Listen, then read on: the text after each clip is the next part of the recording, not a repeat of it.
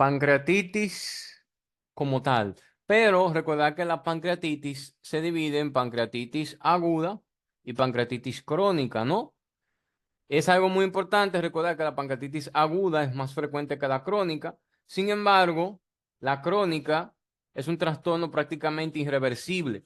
Una aguda puede culminar en una crónica si pasa desapercibido o si genera cambios importantes en la anatomía o estructura de dicho órgano, el páncreas. Bien, pancreatitis aguda.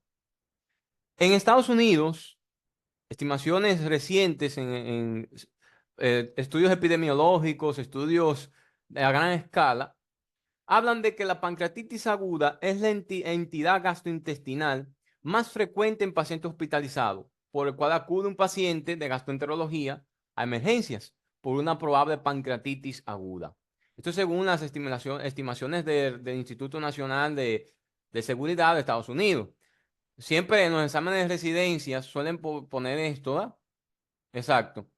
Indican que la pancreatitis aguda es la entidad gastrointestinal principal más frecuente en hospitalizados. Entidad gastrointestinal. Un paciente de gastroenterología acude, una de las emergencias más comunes en gastroenterología es los pacientes que acuden por una probable pancreatitis aguda, según estimaciones de Estados Unidos. Los índices de hospitalización aumentan con la edad.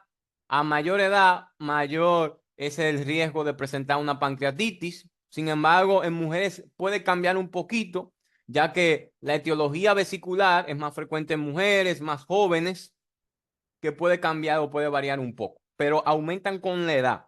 Los mayores pacientes que se ingresan por una pancreatitis tienen más de 50, 60 años de edad. Bien, 88% de las personas ingresadas con una pancreatitis son de raza negra, es decir, que la entidad es más común en la raza negra y son más altos los índices, los riesgos de presentar en varones. Y esto por el grado de alcoholismo, litiasis vesicular, aunque la etiología vesicular es más común en mujeres. Pero, según estadísticas, la pancreatitis aguda es más común en varones. Bien, algo muy importante. A mayor edad aumenta el riesgo de hospitalización por pancreatitis. Es mayor en la raza negra, más frecuente en la raza negra, y los índices de hospitalizaciones son mayores en varones que en mujeres.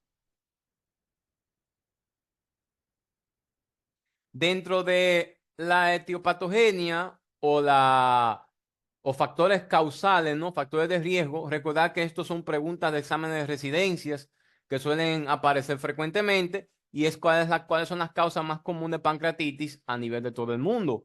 Las causas más comunes son cálculos vesiculares y alcohol y el alcoholismo. Sin embargo, cuando se habla de causa de pancreatitis aguda, los cálculos vesiculares ocupan el primer lugar. El primer lugar como causa de pancreatitis aguda. Un 30-60% de los pacientes que son ingresados por una pancreatitis aguda presentan cálculos biliares, cálculos de la vía biliar y pueden ocasionar obstrucción, ¿no? De la ampolla, obstrucción del conducto pancreático por compresión y entonces pueden generar una pancreatitis. ¿Ve? Recuerda que a menor tamaño de los cálculos, microlitiasis, es mayor el riesgo de pancreatitis, porque cuando los cálculos vesiculares son muy grandes, no pueden atravesar el conducto cístico, no pueden llegar al colédoco y no pueden generar obstrucción. A menor tamaño del cálculo vesicular, mayor es el riesgo de presentar una pancreatitis.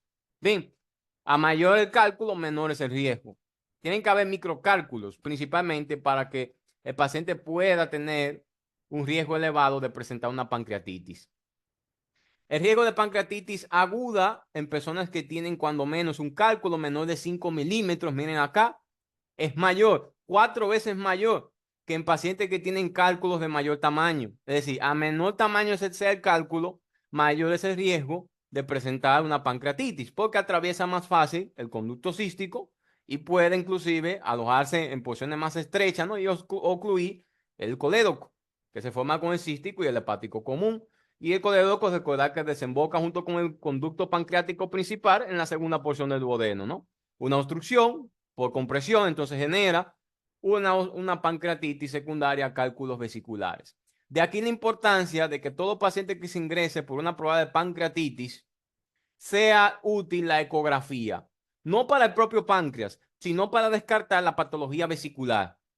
Bien, ¿cuál es les hago una pregunta antes de iniciar. ¿Cuál es el método de elección para el diagnóstico de pancreatitis? Evalúa la gravedad, hay escalas que evalúan la gravedad y puede evaluar inclusive el estado del paciente, puede evaluar el estado clínico de su pancreatitis. En escala Balthazar, pero se hace por medio de qué estudio de imagen. ¿Cuál es el estudio de imagen de elección para el diagnóstico de pancreatitis? En caso de que se necesite la tomografía, la ecografía es más para la patología vesicular. La tomografía es el estudio de elección.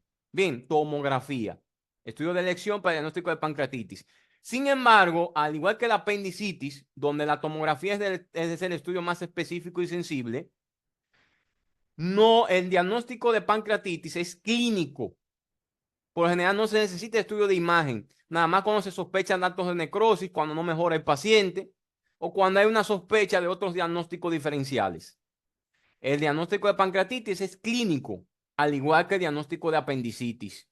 Son clínicos los diagnósticos. Bien, el alcohol ocupa la segunda causa más común de pancreatitis y siempre se habla de que es la causa más común de pancreatitis crónica. Cálculos biliares, pancreatitis aguda, principal causa. Alcohol, pancreatitis crónica, principal causa. Bien, un dato muy importante que debemos nosotros recordar. La pancreatitis puede aparecer secundaria a procedimientos. Por ejemplo, un 5 a 10% de los pacientes que se someten a una colangiopancreatografía retrógrada endoscópica pueden presentar una pancreatitis aguda como efecto secundario de dicho procedimiento. Bien, eso hay que tomarlo muy en cuenta. Un 5 a 10% de los pacientes que se someten a una colangiopancreatografía endoscópica retrógrada, por ejemplo, para diagnóstico de cálculos muy pequeños a nivel biliar, por ejemplo, cálculos que no se evidencian a nivel de estudio de imagen, por ejemplo, el diagnóstico de colangitis ascendente se hace por CEPRE. Vamos a llamar de ahora CEPRE, ¿no? El nombre es muy un poquito largo. Se hacen por CEPRE, colangiopancreatografía retrógrada endoscópica. Y un 5 a 10% de los pacientes que se someten a dicho procedimiento pueden presentar una pancreatitis aguda secundario a dicho procedimiento, valga la redundancia. Algo muy importante a tomar en cuenta. Simplemente recordar, las dos causas que predominan de pancreatitis, de pancreatitis, vamos a decir aguda también, son los cálculos biliares, en primer lugar, y luego el alcohol. Estas son preguntas que salen frecuentemente en los exámenes de residencias. Creo que salió una con relación a esto, en el que pasó, o creo que fue en el 2021, si no me equivoco. Algo así, más o menos. 2021, 2022. O sea, hay una pregunta sobre pancreatitis de la etiología, ¿no? ¿Cuáles son los factores más comunes? Ahora, entre los factores de riesgo también, después de una CEPRE, hablando de la CEPRE, ¿no? De este estudio diagnóstico, puede ser cualquier paciente que se someta a una CEPRE, a una colangiopancreatografía endoscópica retrógrada, y que presente cualquiera de estas condiciones, puede tener un alto riesgo de presentar una pancreatitis secundaria a dicho procedimiento. Una esfinterotomía de la papila menor que se haya realizado, ¿no? Disfunción del esfínter de Oddi, antecedente de pancreatitis después de una CEPRE, un antecedente, tener menos de 60 años, aquí aumenta el riesgo, una edad menor, por una dilatación obviamente menor de los conductos biliares, que aumenta con la edad. Más de 2 inyecciones de medio de contraste en el conducto de Wilson para hacer dicho procedimiento y la preparación y la experiencia del endoscopista. También depende mucho del operador si es muy experto o no realizando dicho procedimiento y y es un factor de riesgo también. La inexperiencia del endoscopista también es un factor de riesgo para desarrollar una pancreatitis aguda secundaria a la CEPRE, ¿verdad? Con angiopancreatografía endoscópica retrógrada. Otros factores de riesgo para el diagnóstico para la aparición de la pancreatitis aguda es la hipertrigliceridemia. causa pancreatitis en un 1.3 a 3.8% de los casos. Y se habla de que concentraciones de triglicéridos por encima de los 1000 miligramos por 100 mililitros aumentan hasta 3 veces el riesgo de pancreatitis. Y se puede generar una pancreatitis con niveles tan altos de triglicéridos. Muchos hablan de por encima de 500, pero los libros mencionan por encima de 1000. Por encima de 1000, que son raros, ¿no? Se habla de hipertrigliceridemia severa cuando son por encima de 300. Por encima de 1000 hay que pensar en trastornos congénitos o una diabetes muy descompensada. Esto aumenta el riesgo de pancreatitis, los triglicéridos. Esto puede ser una pregunta de examen de residencia. ¿Cuáles lípidos pueden aumentar el riesgo de pancreatitis? Los triglicéridos. Cuando están por encima de los 1000 miligramos por 100 mililitros. En personas con hipertrigliceridemia hereditaria que tienen deficiencia de apolipoproteína C2, muestra una mayor incidencia de presentar pancreatitis secundaria a la hipertrigliceridemia. Y yo les hago una pregunta. Recordamos el capítulo en cardio de lipoproteínas, ¿no? ¿Quién me podría recordar cuál es la función de la apolipoproteína C2? Esta apolipoproteína tenía una función, la ApoC2, que por eso los pacientes que tienen deficiencia de la apolipoproteína C2 tienen mayor riesgo de presentar pancreatitis secundaria a una hipertrigliceridemia. No sé si recuerdan, pero la ApoC2 era una coenzima, un activador. Activaba una enzima que se encontraba en la sangre periférica, en los tejidos, como el tejido adiposo, el corazón y el músculo, que se llamaba lipoproteína lipasa, que se encargaba de degradar los triglicéridos de la circulación. Degradaba los triglicéridos, convertía en ácidos grasos y glicerol. Creo que recuerdan esa parte, ¿no? La hablamos hace un tiempo en cardio, que era la ApoC2, que estimulaba la lipoproteína lipasa, que es la enzima que se encarga de limpiar los triglicéridos de la circulación.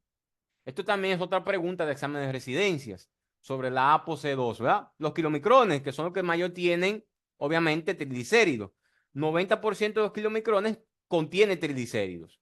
Entonces, cuando pierden esa cantidad de triglicéridos, se convierten en remanentes de kilomicrones y pueden ser eliminados entonces por el hígado, ¿no? Esto lo recordamos en la parte de cardiología cuando hablamos de lipoproteínas. Bien, los pacientes que tienen deficiencia de la ApoC2 entonces muestra mayor riesgo de pancreatitis secundaria a la hipertrigliceridemia. Dentro de otras causas de pancreatitis, vamos a ir bajando. Por ejemplo, tenemos los cálculos vesiculares, pancreatitis aguda, recordad los microlitiasis, principalmente, no macro, microlitiasis. Los cálculos más pequeños son los que provocan mayores casos de pancreatitis. Es la causa más común de pancreatitis aguda, los cálculos vesiculares, cálculos biliares, la vía biliar. El alcohol le sigue detrás. Luego la hipertrigliceridemia. Estudios como la CEPRE, con las enteropancreatografías retrógradas, fármacos, aciatropina, 6-mercaptopurina, son fármacos antitumorales, se utilizan también como inmunosupresores. Ácido valproico, que son fármacos que provocan barro biliar. Incluso la cefalosporina de tercera generación, como la ceftriaxona, también es causa de barro biliar y mayor riesgo de pancreatitis secundaria a una obstrucción. Traumatismo, aunque es raro, pues puede aparecer.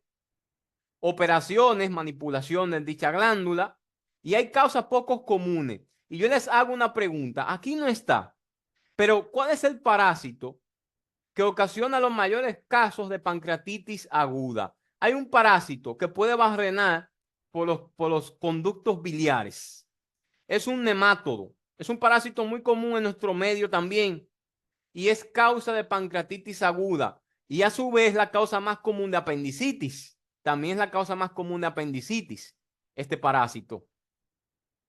¿Quién más o menos me podría decir? Es un parásito como causa común, el Ascaris lumbricoides. Excelente.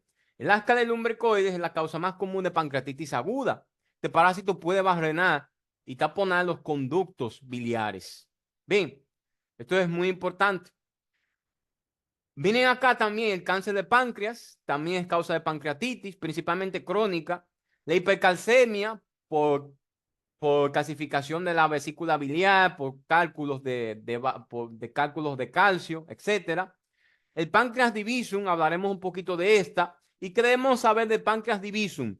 Es la anomalía congénita más común del páncreas y puede ocasionar pancreatitis. Los conductos, en vez de drenar en la papila mayor, drenan en la papila menor. Y puede haber una obstrucción secundaria porque la papila menor es más pequeña. Esto se llama páncreas divisum. Y es la anomalía más común a nivel del páncreas. Ojo con eso, que puede ser una pregunta de examen de residencias.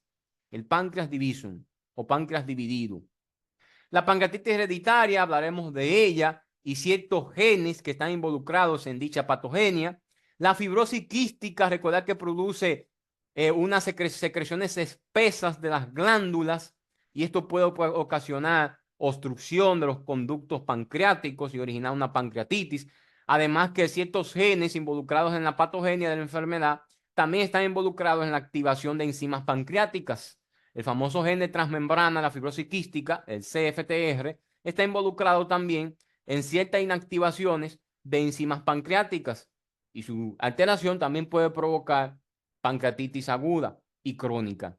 La insuficiencia renal por la deshidratación, el barro biliar que origina también puede ser causa, la uremia. Hay vasculitis, cierta vasculitis, infecciones. Las infecciones que más causan pancreatitis son las infecciones por parotiditis e infecciones por citomegalovirus, las infecciones virales. La parotiditis es la que más lo causa, la pancreatitis, en niños principalmente. Hay otras causas también, aunque pueden ser un poquito raras. Una de ellas que no la veo por acá es la llamada pancreatitis tropical. Es rara, se ve en ciertas regiones de África y Asia y se caracteriza por calcificaciones a nivel del páncreas y los conductos pancreáticos. Tiene un origen idiopático, se presenta mucho también, la ha involucrado mucho con el consumo de yuca y ciertos tubérculos. La pancreatitis tropical. Cuando a veces nos mencionan pancreatitis tropical, se nos hace referencia a parásitos, ¿no? Pero esta es esto es una entidad desconocida. Pero se ve mucho en regiones tropicales. Se caracteriza por calcificación de los conductos pancreáticos y el páncreas. Pero también las calcificaciones se ven en pancreatitis crónica, la secundaria por alcohol, la pancreatitis hereditaria, también pueden presentar calcificaciones a nivel pancreático. Un dato que es casi patognomónico de la pancreatitis crónica es la presencia de calcificación. Cuando hay calcificación, es casi patognomónico de pancreatitis crónica. Y esto es un dato que siempre tienen que recordar ustedes cuando lo pongan por ahí, ¿no? En un examen de residencias. Bien, dentro del marco histopatológico, si hacemos una biopsia, ¿no? En un paciente con pancreatitis aguda, podemos tener dos variantes. La pancreatitis aguda puede tener dos variantes a nivel histopatológico. Es la variante intersticial, donde el páncreas se conserva la circulación sanguínea, no se ve deteriorado el tejido, muy deteriorado el tejido, y la variante necrosante. Aquí hay una interrupción de flujo sanguíneo y obviamente se ve áreas de necrosis, ¿no? Variante intersticial y la variante necrosante. La variante intersticial se presenta también con edema de la glándula y infiltración inflamatoria de células inflamatorias. Una pregunta, muchachos, ¿se escucha bien? Me apareció un mensaje que la conexión está un poquito inestable. ¿Se puede escuchar bien? Voy a pausar para... Bien. De todas las teorías que hay para la fisiopatología de la enfermedad, todas las teorías, la más aceptada es la teoría de la autodigestión. Creo que a nosotros nos enseñaron, ¿no? Desde la escuela de medicina, desde el internado también, y es que cuando hay una obstrucción de los conductos pancreáticos, las enzimas se activan dentro del páncreas, ¿no? Y empieza la autodigestión. Recuerden que estas enzimas se activan con un pH ácido. Cuando llegan al duodeno, se activan con ese pH ácido para neutralizar entonces dicho material. Son enzimas, las secreciones pancreáticas son alcalinas y esta es la principal utilidad y es inhibir las secreciones ácidas que provienen del estómago, ¿no? La vertibicarbonato y lo demás. ¿Cuál es la enzima que inicia la cascada de activación? La trixina. Recuerden que la trixina se almacena como trixinógeno y a nivel de la luz intestinal se produce una enzima, a su vez, para así decirlo, una proteína, que activa a dicha enzima, la trixina. Es la enteroquinasa o enterocinasa. Esta enzima, cuando se encuentra con el trixinógeno a nivel de la luz intestinal, activa esta molécula en trixina y ahí empieza la cascada. Entonces se activa una, luego otra y otra y otra y así sucesivamente. ¿Qué pasa cuando hay una obstrucción? Cuando no pueden salir las enzimas, se activan dentro de la glándula y ahora empieza la autodigestión de dicho tejido, ¿no? Secundario a la activación interna de estas enzimas, de estas moléculas proteicas, ¿no? Y la teoría más aceptada es la teoría de la autodigestión. Siempre recordar esa parte. La pancreatitis aguda surge cuando estas enzimas, ya lo expliqué, ¿no? Estas enzimas proteolíticas, estas enzimas, unidades proteicas, trixinógeno, quimiotrixinógeno, proelastasa, enzimas lipolíticas como la fosfolipasa 2, se activan dentro de la glándula, ¿no? Se activan dentro. No en el intestino, no llegan al intestino, sino que se quedan ahí y se activan por una obstrucción del conducto pancreático, obviamente.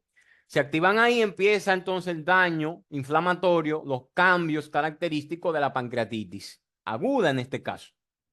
Hay diversos factores, no solamente la obstrucción por un cálculo vesicular, las diversas endotoxinas, exotoxinas, infecciones virales, isquemia, estrés oxidativo, calcio lisosómico, la hipercalcemia puede ser causa de pancreatitis, traumatismo directo, facilitan la activación prematura de la trixina y ahí viene la cascada, ¿no?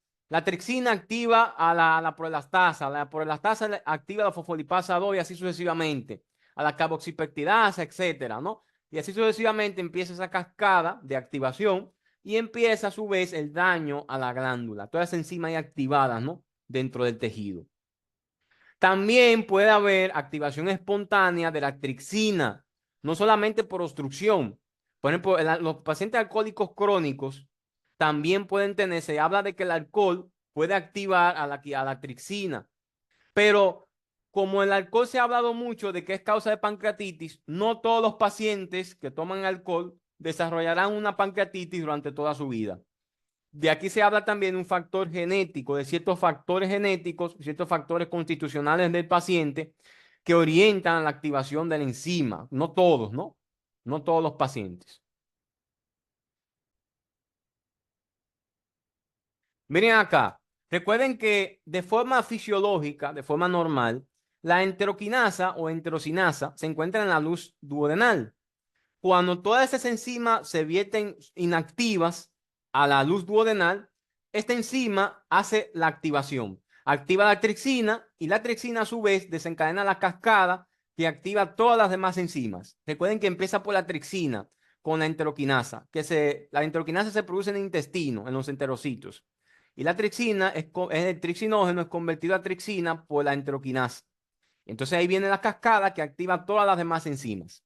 ¿Qué pasa cuando hay una obstrucción pancreática, una obstrucción de los conductos pancreáticos o cuando cuando esta enzima se activa sola dentro del páncreas? Ahí viene la cascada y todas esas enzimas ahí dentro provocan la autodigestión de la glándula.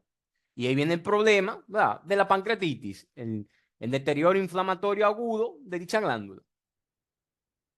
La activación de las enzimas, a su vez, evoluciona en tres fases. Este cuadro de activación enzimática evoluciona en tres fases. Hay una fase inicial que se caracteriza por activación de las enzimas digestivas dentro del páncreas y hay daño de la célula acinal. Recuerden que los acinos pancreáticos es la unidad funcional del páncreas exócrino. Los islotes de Langerhans es la unidad funcional del páncreas endocrino. No confundir, ¿no? Se activan las células acinales, daño de las células acinales, viene el deterioro inflamatorio de la glándula y vienen los problemas que siguen, ¿no?, evolucionando hasta que pueden deteriorar la función vital del paciente. La activación de la trixina también puede estar mediada por hidrolasas lisosómicas como la catexina B. ¿Qué importancia tiene esto? Ciertos agentes virales producen un aumento de la catexina B como marcador inflamatorio. El traumatismo, ciertas afecciones inflamatorias pueden provocar activación de catexina B y a su vez, entonces, la activación de tripsina. De ahí que no solamente la obstrucción del conducto pancreático puede ser una causa de pancreatitis, una causa única. Hay una segunda fase que comprende la activación, quimioatracción y secuestro de leucocitos. Es lo que caracteriza a pancreatitis aguda cuando hace un corte histológico. Es infiltrado de linfocitos inflamatorios dentro del páncreas y macrófagos, ¿no? Se intensifica la reacción inflamatoria en el interior de la glándula, se agrava aún más el problema. Ahora viene una segunda fase que es ahora de infiltración de células inflamatorias, provocando mayor daños a la glándula. Y una tercera fase ya secundaria a los efectos proteolíticos y citoquinas activadas, es decir, la primera y la segunda se juntan, activación de enzima, citoquinas activadas, ¿no? Por células inflamatorias. Todo esto, a su vez, entonces, origina una mayor cascada, una mayor activación de otras enzimas, como la lactasa y la fosfolipasa 2. Y aún más aumenta el daño a la glándula. Se provoca necrosis, hemorragia, se puede provocar una hemorragia intersticial, pancreatitis hemorrágicas graves, edema, necrosis, puede haber por daño a la circulación, células, alteraciones del parénquima y puede inclusive dañar el páncreas endocrino. Puede haber extravasación del proceso inflamatorio del páncreas endocrino y provocar una diabetes, una hiperglucemia secundaria. Casi 80% de los pacientes que tienen una pancreatitis aguda tiene elevación de la glucemia. La va a tener. Va a tener elevación de la glucemia. 3 fases, recordar las 3 fases de modo rápido. Primera fase, activación de la tripsina. Segunda fase, llegada de células inflamatorias, fase inflamatoria. Tercera fase, activación de las cascadas de las demás enzimas. 3 fases, primera, segunda y tercera. Activación de la tripsina, llegada de células inflamatorias en la segunda y una cascada de activación de las demás enzimas proteolíticas. Bien, esta es la secuencia con la que sigue la pancreatitis aguda. Muy bien. Recordad que un 80-90%, un gran número de pacientes con una pancreatitis aguda, la fase inflamatoria, producción de citoquinas por células inflamatorias, linfocitos y macrófagos. Se está haciendo, bien, recordad que la pancreatitis aguda surge en 3 fases. Estas 3 fases son secuenciales. Inicia con una etapa, luego la otra y luego culmina con otra. En la tercera fase puede haber ya daño vascular con necrosis. Y un dato muy importante es que no todas las pancreatitis evolucionan a necrosis. No todas evolucionan a necrosis. La pancreatitis en la mayoría de los casos es un cuadro autolimitado. Hidratación, analgesia cuando mejore la situación clínica y ayuno. Ayuno y 24 horas luego del ayuno, si no hay dolor, no hay náusea o vómito, se reinstaura la dieta. Hay que restaurarla, hay que reinstaurarla. Ya no está indicado una ayuna, por ejemplo, prolongado. Hay pacientes que se meten con pancreatitis, duran hasta 3 días sin comer, no. 24 horas, si el paciente dejó de vomitar, el dolor mejoró, tiene un buen tránsito intestinal, se inicia la dieta. Tiene que iniciarse. Ya no se recomienda la ayuna prolongada en los pacientes con pancreatitis. Ya no se recomienda. Hay ciertos genes donde la mutación de uno de ellos o cada uno de ellos puede originar pancreatitis. Esta es la fisiopatogenia de la pancreatitis hereditaria. Imagínense que esto le salga en un examen de residencia. ¿Cuál es la causa más común de pancreatitis hereditaria? ¿Será la mutación del gen de trexinógeno catiónico? ¿La mutación del inhibidor de tripsina secretora pancreática? ¿La mutación del CFTR, que es el gen regulador de transmembrana conductancia de la fibrosis quística? ¿El gen de la quimiotrixina? ¿Gen de la quimiotrixina? ¿O el receptor de calcio? Receptor captador del calcio. ¿Cuál será la causa más común de pancreatitis hereditaria? Si esto le sale en un examen de residencias, ustedes van a colocar el primero. Si le sale el primero, colocan este. La mutación del trixinógeno catiónico, del gen del trixinógeno catiónico. Es la causa más común de pancreatitis hereditaria. Esta que ustedes ven acá. Mutación del gen del trixinógeno catiónico, el PRCC1. ¿Verdad? Nunca lo han preguntado, pero por si acaso, ustedes saben que en estos exámenes de residencia, a veces hacen como preguntitas así de la NASA, ¿verdad? ¿Quién nos recuerda, por ejemplo, dónde se dan el mayor complejo de histocompatibilidad? ¿En qué cromosoma? Cromosoma 6, ¿verdad? Se pasan mucho en el examen. Suelen hacer preguntitas así como rebuscadas, pero es por si acaso, ¿no? Si le preguntan esto, entonces, la mutación del trixinógeno catiónico es la causa más común de pancreatitis hereditaria, la que se detecta en la mayoría de los casos. Esto es muy importante porque el gen del trixinógeno catiónico es un factor muy importantísimo para activar el trixinógeno. Activa el trixinógeno en trixina. Es decir, le da una señal, le envía una señal al trixinógeno para que pueda convertirse en trixina. Los pacientes que tienen la mutación del gen del trixinógeno catiónico tienen activación de forma constitutiva del trixinógeno a trixina. El gen está defectuoso y activa de forma constitutiva al trixinógeno en trixina. Bien, los que tienen mutación del gen del inhibidor de trixina secretora pancreática, el SPIC1, y mutación de los demás, el gen de conductancia transmembrana fibrosis quística y el de la quimiotrixina C, estos son genes inhibidores. El SPIC1 y el CFTR, al igual que el CTRC, son genes inhibidores. Inhiben al trixinógeno para que no se convierta en trixina, como que lo limitan. Es como una especie de, vamos a decir, de regulación. La mutación de estos genes se bloquean, ahora se bloquean, y hay una activación del trixinógeno en trixina, porque no hay nadie que bloquee. Y se activa de forma constitutiva, porque no hay un bloqueador, no hay nadie que bloquee. Bien, ¿y a quién le recuerda este gen? El gen regulador de la conductancia transmembrana fibrosis quística. La mutación de este gen provoca la fibrosis quística.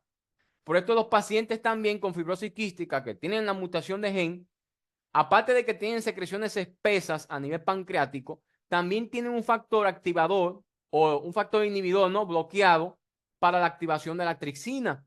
Y esto es algo muy importante, importantísimo.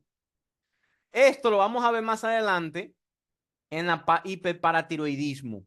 El gen captador, el receptor captador del calcio. Esto lo vamos a ver más adelante en hiperparatiroidismo, ¿eh? Las paratiroides tienen un receptor llamado receptor sensor del calcio, que está regulado por estos genes. Y vamos a hablar un poquito más tarde, más adelante en el transcurso del módulo endocrino, de cómo actúa la secreción de las hormonas paratiroideas y cómo se da el hiperparatiroidismo y la famosa hipercalcemia hipocalciúrica familiar, un trastorno rarísimo que puede provocar también osteoporosis e hiperparatiroidismo. Dentro del cuadro clínico de los pacientes que presentan una pancreatitis aguda, el dolor abdominal es el principal síntoma de la pancreatitis aguda. Esto puede preguntarse mucho. Siempre se pregunta mucho de la apendicitis. ¿Cuál es el síntoma principal de apendicitis aguda? Dolor periumbilical, ¿verdad?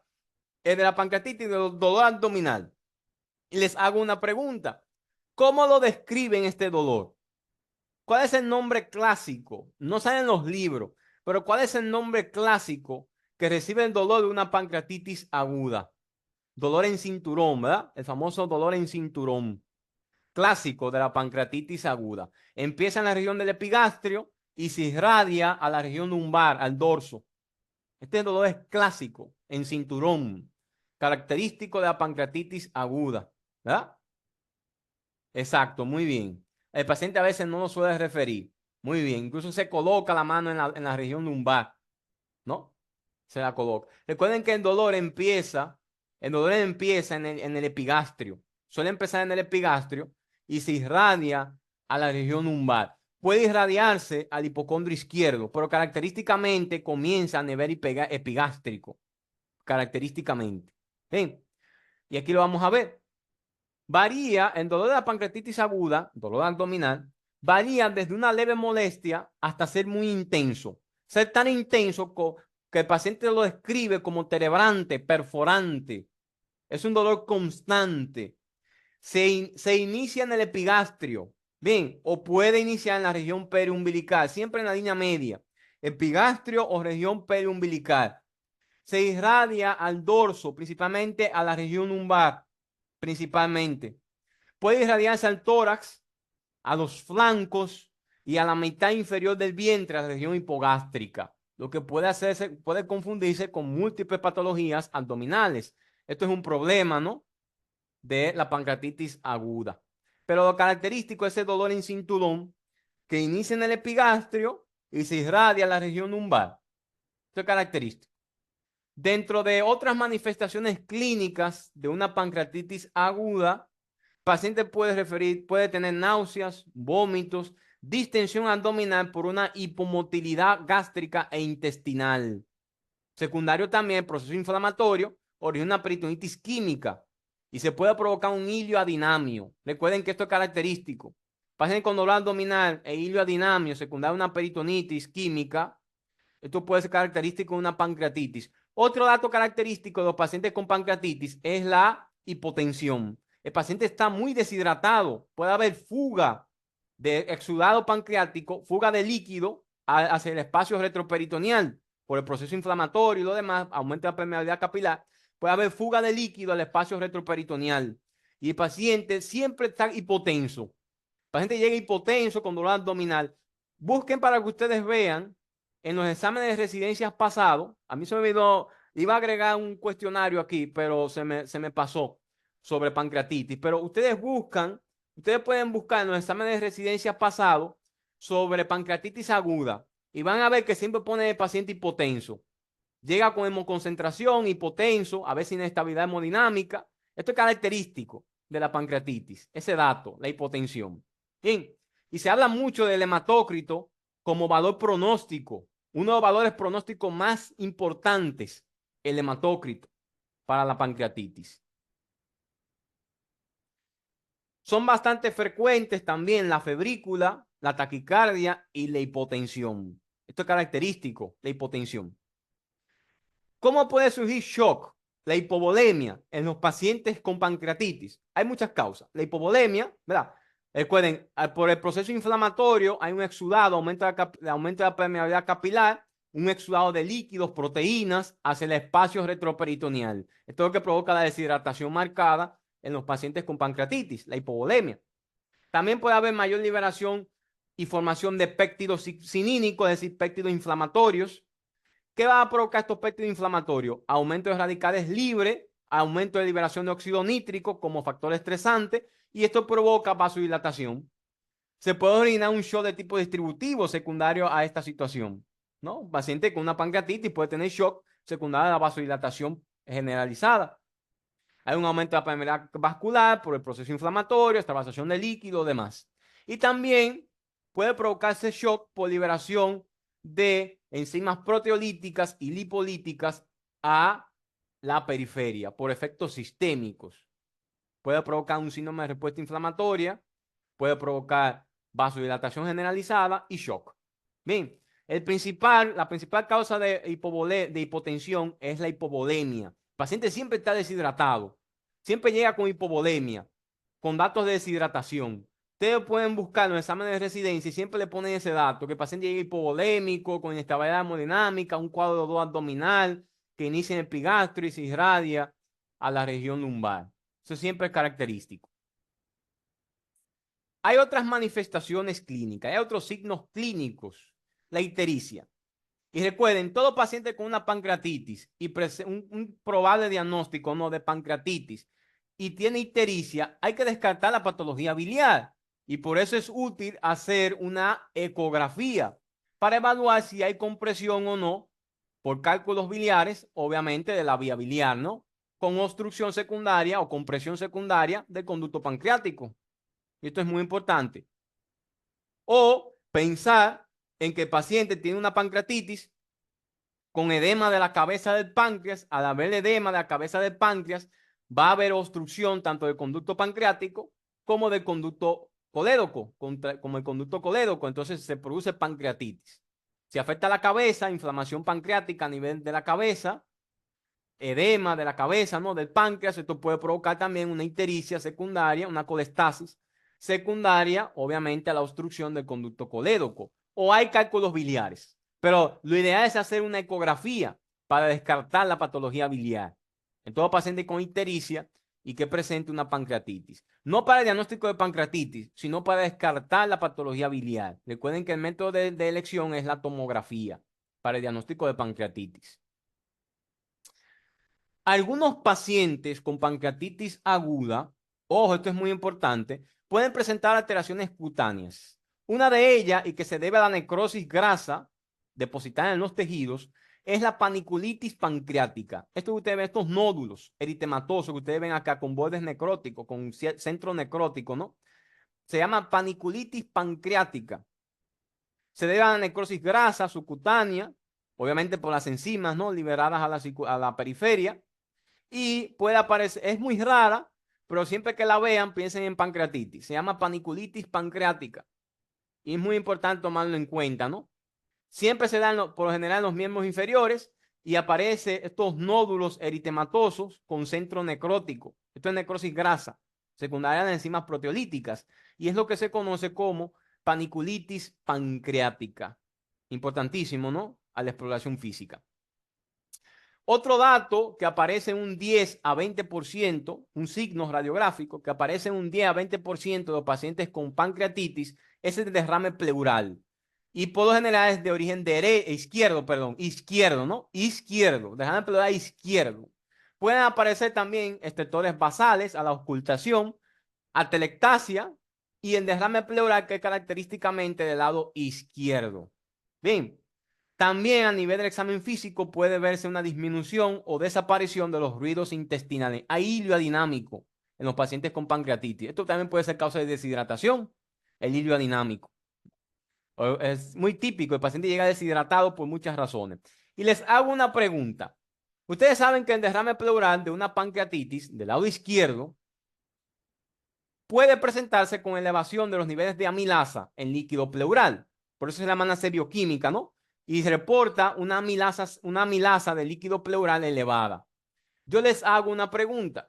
Aparte de la pancreatitis, ¿cuáles otras dos condiciones elevan los niveles de amilasa en el líquido pleural? Imagínense un derrame pleural que sea rico en amilasa. Descartamos la pancreatitis. Ahora nos quedan dos causas más que elevan la amilasa en un derrame pleural. Lo dejo como una preguntita a lo que voy a atender un asuntito, un minutito, y lo dejo con esa pregunta. ¿Cuáles otras dos condiciones elevan la amilasa en el líquido pleural? Hay dos condiciones. Una de ellas la hablamos ya en el tema de gastro, una de ellas la hablamos en el tema de gastro, y la otra la hablaremos en el tema de, no le voy a decir porque le diría la respuesta. Deme un minutito. Dos respuestas. Muy bien. La dijeron muy bien. La respuesta correcta, las tres causas de hiperamilasemia en un líquido pleural son rotura esofágica, obviamente la saliva tiene amilasa, ¿no? Amilasa salival.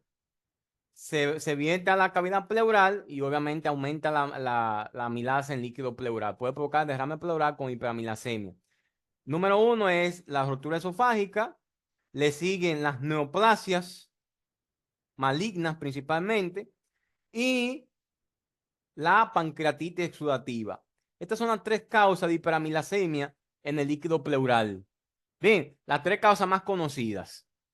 Si ustedes ven un paciente que tiene aumento de amilasa en el líquido pleural, hay que pensar en esas tres causas primero. Hay múltiples causas, pero esas son las tres principales. Bien. Otro dato que puede aparecer, otros signos clínicos que pueden aparecer en una pancreatitis, principalmente cuando se convierte en hemorrágica, que puede ser grave, pancreatitis hemorrágica aguda, son estos dos signos que lo vimos ya en otras partes, ¿no? Ese signo de Cullen, que es una equimosis periumbilical, y el signo de Gray Turner, que es una equimosis a nivel de los flancos. Refleja una pancreatitis necrosante hemorrágica. Pancreatitis hemorrágica aguda le llaman también. Son signos de gravedad. Recuerden que son signos de hemoperitoneo. Traducen como signos de hemoperitoneo. Y los signos de Cullen y Gray Turner no solamente aparecen en pancreatitis, aparecen en quiste de ovarios rotos, en múltiples causas, o embarazo ectópico roto, en múltiples causas puede aparecer estos signos. Pero cuando aparecen en el contexto de una pancreatitis, hay que pensar en una pancreatitis hemorrágica aguda, que es grave, una forma grave de pancreatitis. Bien, siempre pensarlo. Signo de Cullen y el signo de Gray Turner.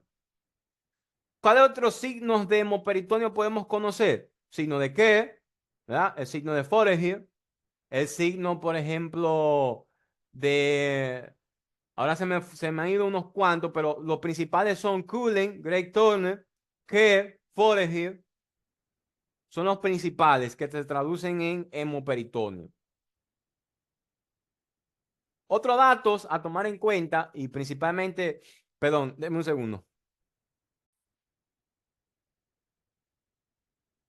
Bien, entonces, dentro de los estudios de laboratorio de un paciente que se sospecha de pancreatitis, recuerden, el diagnóstico de pancreatitis es clínico, pero hay que confirmarlo con estudios de laboratorio y en caso de ser necesario, estudios de imágenes, cuando la clínica es muy ominosa, cuando la clínica es muy dudosa, ¿no? Estudio de imagen, cuando es muy dudosa. Pero los estudios de imágenes son más para valorar el pronóstico de la enfermedad, por lo general, o la decisión terapéutica. Los estudios de laboratorio principales para hacer diagnóstico de pancreatitis son los estudios enzimáticos de amilasa y lipasa sérica, ¿no? Y recordar que deben estar 3 veces por encima del valor normal para considerar diagnóstico de pancreatitis, pero tiene que estar en relación con la clínica del paciente, ¿no? Ahora, hay que descartar otras causas de hiperamilasemia, que son, por ejemplo, la perforación intestinal, hiperasemia en sangre, ¿no? La perforación intestinal, la isquemia intestinal o el infarto intestinal, que pueden ser causa también de hiperamilasemia. El método preferido, entonces, es la lipasa, que es más específica que la amilasa.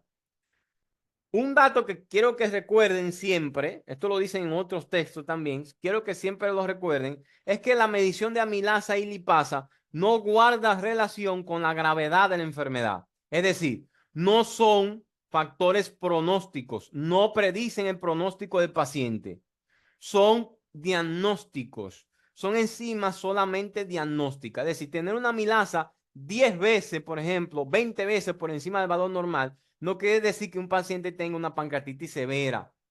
No son pronósticos, no guardan relación con el pronóstico, con la gravedad de la enfermedad. Es diagnóstica, pero no pronóstica.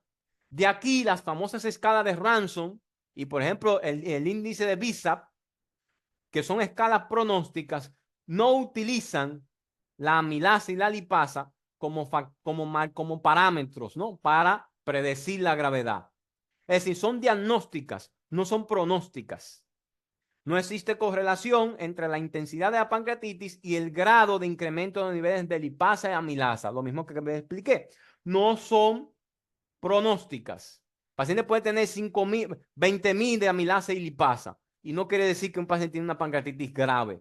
No son pronósticas, son diagnósticas. Bien, estas enzimas tardan hasta 3 y 7 días en desaparecer y pueden presentarse elevaciones marcadas durante esos días. Y no quiere decir que el paciente todavía tiene una gravedad de la pancreatitis. No son pronósticas, son diagnósticas. Bien, después de 3 a 7 días, incluso cuando las manifestaciones clínicas cesan, se puede ver elevaciones de amilasa y lipasa. ¿Mm? Miren, la amilasa dura 3 a 7 días en bajar los niveles y puede estar aumentada durante esos días. La lipasa permanece alta durante 7 a 14 días. Puede permanecer elevadísima. Y no quiere decir que el paciente tenga una pancreatitis grave o que todavía tiene gravedad.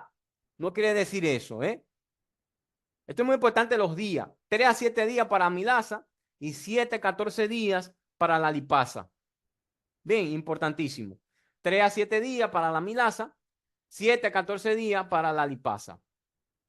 De aquí entonces, para valorar el pronóstico de los pacientes que ingresan con una pancreatitis, se utilizan dos escalas muy importantes o muy usadas.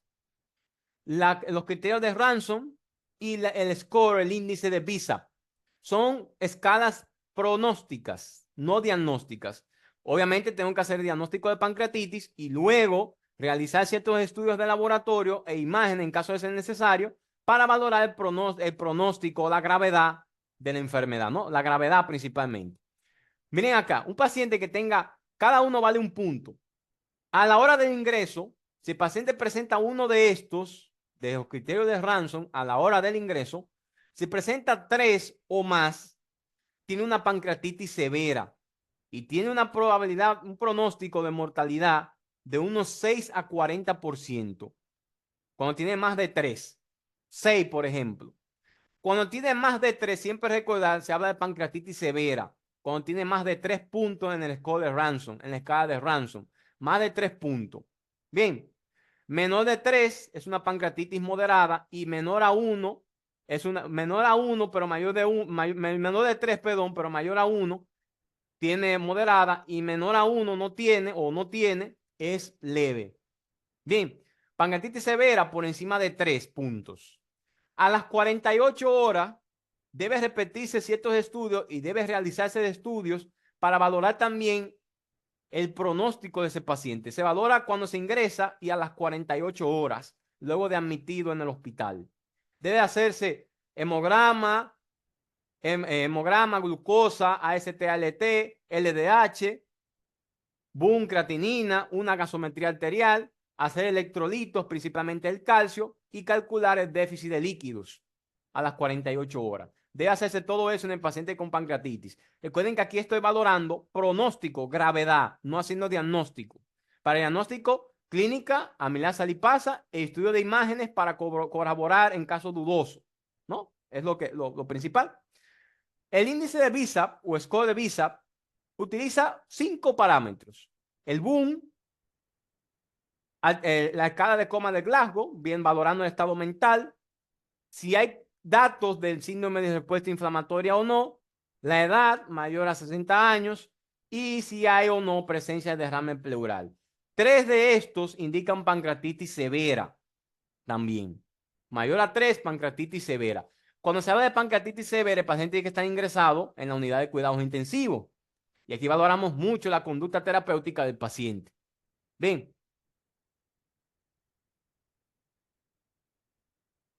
Siguiente. En personas con pancreatitis, ya lo mencioné, si queremos valorar el pronóstico, un parámetro importante es la gasometría arterial, los gases arteriales. Pero ojo aquí, el principal diagnóstico diferencial de una cetoacidosis diabética es una pancreatitis aguda. El principal diagnóstico diferencial, inclusive la cetoacidosis eleva la amilasa. Los niveles de amilasa se elevan en la cetoacidosis y puede confundirse con una pancreatitis. Imagina un paciente que ve la cetoacidosis origina dolor abdominal también por la producción de citoquinas inflamatorias. Se origina dolor abdominal, elevación de amilasa y aumento de glucemia. Uno piensa en una pancreatitis, pero el paciente es diabético, llega con otros datos, ¿no? Ahora pensamos en una cetoacidosis. Para descartar, para saber diferenciar entre una pancreatitis y una cetoacidosis diabética, hacemos lipasa. La lipasa no aumenta en la cetoacidosis. Bien, las causas pancreáticas endócrinas no elevan la lipasa. Las causas pancreáticas exócrinas sí elevan la lipasa, es decir, es la enzima más específica para diferenciar un trastorno y otro. Recuerden, el principal diagnóstico diferencial en un paciente que sea diabético y se piense que es una cetoacidosis diabética es la pancreatitis aguda. El principal diagnóstico diferencial. Así también pensar en que un paciente con pancreatitis aguda pueda tener una cetoacidosis, porque hay pacientes diabéticos que hacen pancreatitis y esto puede culminar en una cetoacidosis. Y es muy importante saber diferenciar un trastorno y otro, haciendo lipasa, mediciones de lipasa. Recuerden que en la cetoacidosis se eleva la amilasa, se eleva la glucemia. Hay muchos datos que pueden simular una pancreatitis en una cetoacidosis diabética. Y un marcador muy específico para diferenciar uno y otro es la lipasa. Muy importante. Otros datos muy frecuentes que pueden aparecer en los pacientes con pancreatitis es la leucocitosis. Frecuentemente aparece en la pancreatitis aguda. Y recuerden que podemos valorar gravedad de acuerdo al nivel de leucocitos, mayor de 16.000, por ejemplo. Algunos pacientes también, como están muy deshidratados por la hipovolemia y lo demás, por el grado de deshidratación, pueden tener hemoconcentración. Y se toma muy en cuenta la hemoconcentración como valor pronóstico. Bien, los pacientes tienen una elevación de hematócrito por encima de 44. Esto quiere decir que están muy deshidratados. Bien, hay aumento de boom creatinina por la deshidratación. Se origina insuficiencia renal prerrenal por la deshidratación, por la hipoperfusión renal. Elevación de la concentración de boom. Todo esto habla de hipotensión, pérdida de líquidos al espacio retroperitoneal y a la cavidad peritoneal. Valora mucho la gravedad el hematócrito. Es muy importante el hematócrito. El hematócrito es más importante que inclusive que los leucocitos y que la amilasa y la lipasa, obviamente, porque la amilasa y la lipasa no se utilizan como valores pronósticos, sino como diagnóstico. Es muy importante el hematócrito en los pacientes con pancreatitis. La hemoconcentración es un signo que puede ser indicador de enfermedad grave, ya lo mencioné, ¿no? Un marcador pronóstico muy útil, al igual que el aumento de boom creatinina, que habla de deshidratación, por igual también aumenta la mortalidad en un paciente que tenga aumento de ambos. La hiperglucemia es frecuente en los pacientes con pancreatitis y hay que tomar en cuenta que puede confundirse con una cetoacidosis diabética, un paciente que no se trata adecuadamente pues, para por ejemplo, su diabetes, ¿no? Es muy importante. Además que los pacientes con pancreatitis tienen hiperglucemia. Un 80-90% de los pacientes que debutan con una pancreatitis aguda tienen elevación de la glucemia. Esto se debe por el proceso inflamatorio del páncreas, liberación de glucagón, liberación de glucocorticoides y catecolamina, es decir, hormonas contrarreguladoras, disminución de la liberación de insulina por el propio proceso inflamatorio. Todo esto trae consigo la hiperglucemia que puede aparecer en los pacientes con pancreatitis aguda. Y ojo, si ese paciente es diabético, puede simular una cetoacidosis diabética. Y de aquí que el principal diagnóstico diferencial a hacer en un paciente con cetoacidosis diabética es la pancreatitis aguda, porque una cetoacidosis también puede simular una pancreatitis. Esto es muy importante a tomar en cuenta. Otros datos que suelen aparecer en los pacientes con pancreatitis aguda, pero por lo general luego transcurridas las 48 horas, otro dato que suele aparecer luego de las 48 horas transcurridas, ¿no? La enfermedad es la hipocalcemia, los niveles de calcio bajo. ¿Y a qué se debe la hipocalcemia en los pacientes con pancreatitis?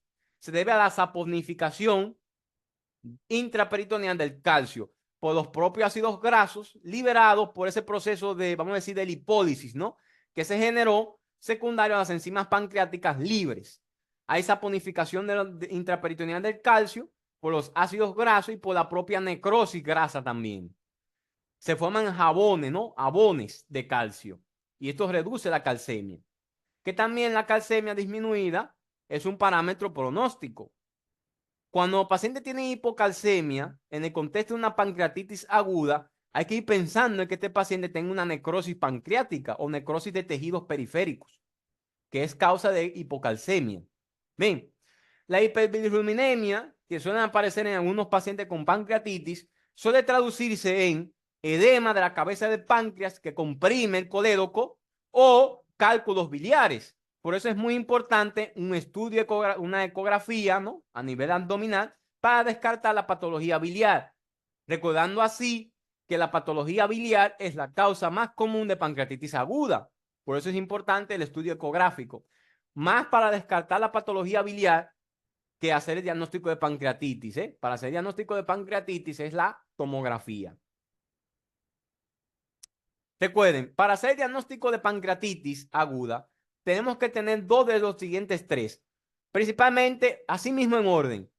En la historia clínica, la exploración física, recuerden, el diagnóstico de pancreatitis es clínico, e incremento de los niveles de lipasa y amilasa sérica. 3 veces el valor normal, por encima, ¿no? Del valor normal. Si debemos confirmar, hacer estudio de imágenes, principalmente tomografía. Esto es un estudio de imagen, miren aquí donde se ve el proceso inflamatorio a nivel del páncreas. Recuerden, clínica, estudio de laboratorio, lipasa y amilasa, y en caso dudoso, para confirmar, estudio de imágenes, como tomografía de abdomen, ¿verdad? En casos dudosos. Las personas también presentan náuseas, vómitos, fiebre, taquicardia a la exploración abdominal, leucocitosis, hipocalcemia, hiperglucemia, todo esto los mencionamos. Hay marcadores de intensidad, por ejemplo, hemoconcentración. Recordar esto es muy útil para valorar la intensidad de la pancreatitis, el pronóstico de los pacientes, para valorar el grado de hipoperfusión. El aumento de BUN y creatinina de azoados, principalmente BUN, por la deshidratación. Alteraciones como síndrome de respuesta inflamatoria sistémica, si está presente, o signo de insuficiencia de órganos, por ejemplo, una insuficiencia renal que provoca necrosis tubular secundaria a la deshidratación, paciente con una cardiopatía, un infarto agudo de miocardio secundario al proceso inflamatorio generalizado, paciente con edema agudo de pulmón, ¿no? Habla de daño a órganos. Esto ya habla de severidad de la pancreatitis. En el diagnóstico diferencial de una pancreatitis aguda, aparte de acetoacidosis diabética, aquí debajo, ¿no? Ojo, muy importante, acetoacidosis diabética puede simular una pancreatitis. Tenemos también la perforación de una víscera hueca, que eleva los niveles de amilasa, la colecititis aguda y el cólico biliar, recordando también que pueden confundirse. Un dato muy importante es que, le voy a hacer una pregunta antes de.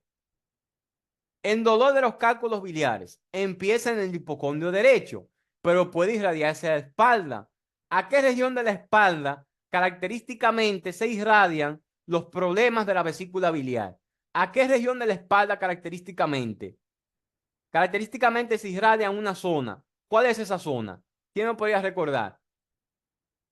A la región escapular, ¿no? O interescapular. Región escapular o interescapular. Siempre recordar eso. Pueden irradiarse a la región lumbar, pero característicamente se irradian a la región escapular o interescapular. Característicamente. Bien, muy característico. La obstrucción intestinal aguda puede simular una pancreatitis aguda. La oclusión vascular mesentérica. Recuerden que todas estas condiciones pueden elevar los niveles de amilasa, no así lo de lipasa, que es más específico del páncreas. El infarto inferior del miocardio puede simular una pancreatitis, el cólico renal, el famoso cólico nefrítico, los cálculos renales, ¿no? El aneurisma aórtico disecante, la conjuntivopatía con vasculitis, como por ejemplo el síndrome de Sjögren-Henoch, que vamos a hablar de él en el tema de reumatología. Neumonías basales izquierdas pueden también simular una pancreatitis, y cómo no recordar la cetoacidosis diabética, que puede tener todas las manifestaciones clínicas de una pancreatitis aguda. Todos los datos de laboratorio, excepto la elevación de lipasa, pueden aparecer en una cetoacidosis diabética y hay que tomarlo en cuenta.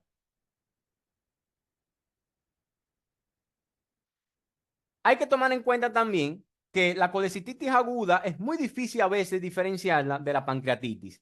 Pero recuerden, también eleva la amilasa, la colecistitis, pero no eleva la lipasa. El dolor es intenso, se da más hacia el lado derecho, se va al epigastrio en unas situaciones también y se irradia a la espalda en la región interescapular. Un dato muy importante es que en los pacientes con colecistitis, por lo común no hay hilio adinámico, que es común en la pancreatitis. El dolor de los cálculos biliares es más intenso que el dolor de la pancreatitis. También es otro dato a diferenciar. Bien, la ecografía por eso es útil para hacer el diagnóstico de colelitiasis y colecistitis, recordando que la colelitiasis es la causa más común de pancreatitis. La cetoacidosis diabética, importantísimo, puede simular una pancreatitis aguda, y recordar que en la cetoacidosis no se elevan las concentraciones de lipasa.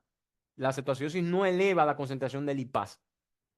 Ustedes ven que hay muchos centros que nada más mandan a hacer amilasa. No, hay muchas condiciones clínicas, cuadro de dolor abdominal agudo, que elevan la amilasa.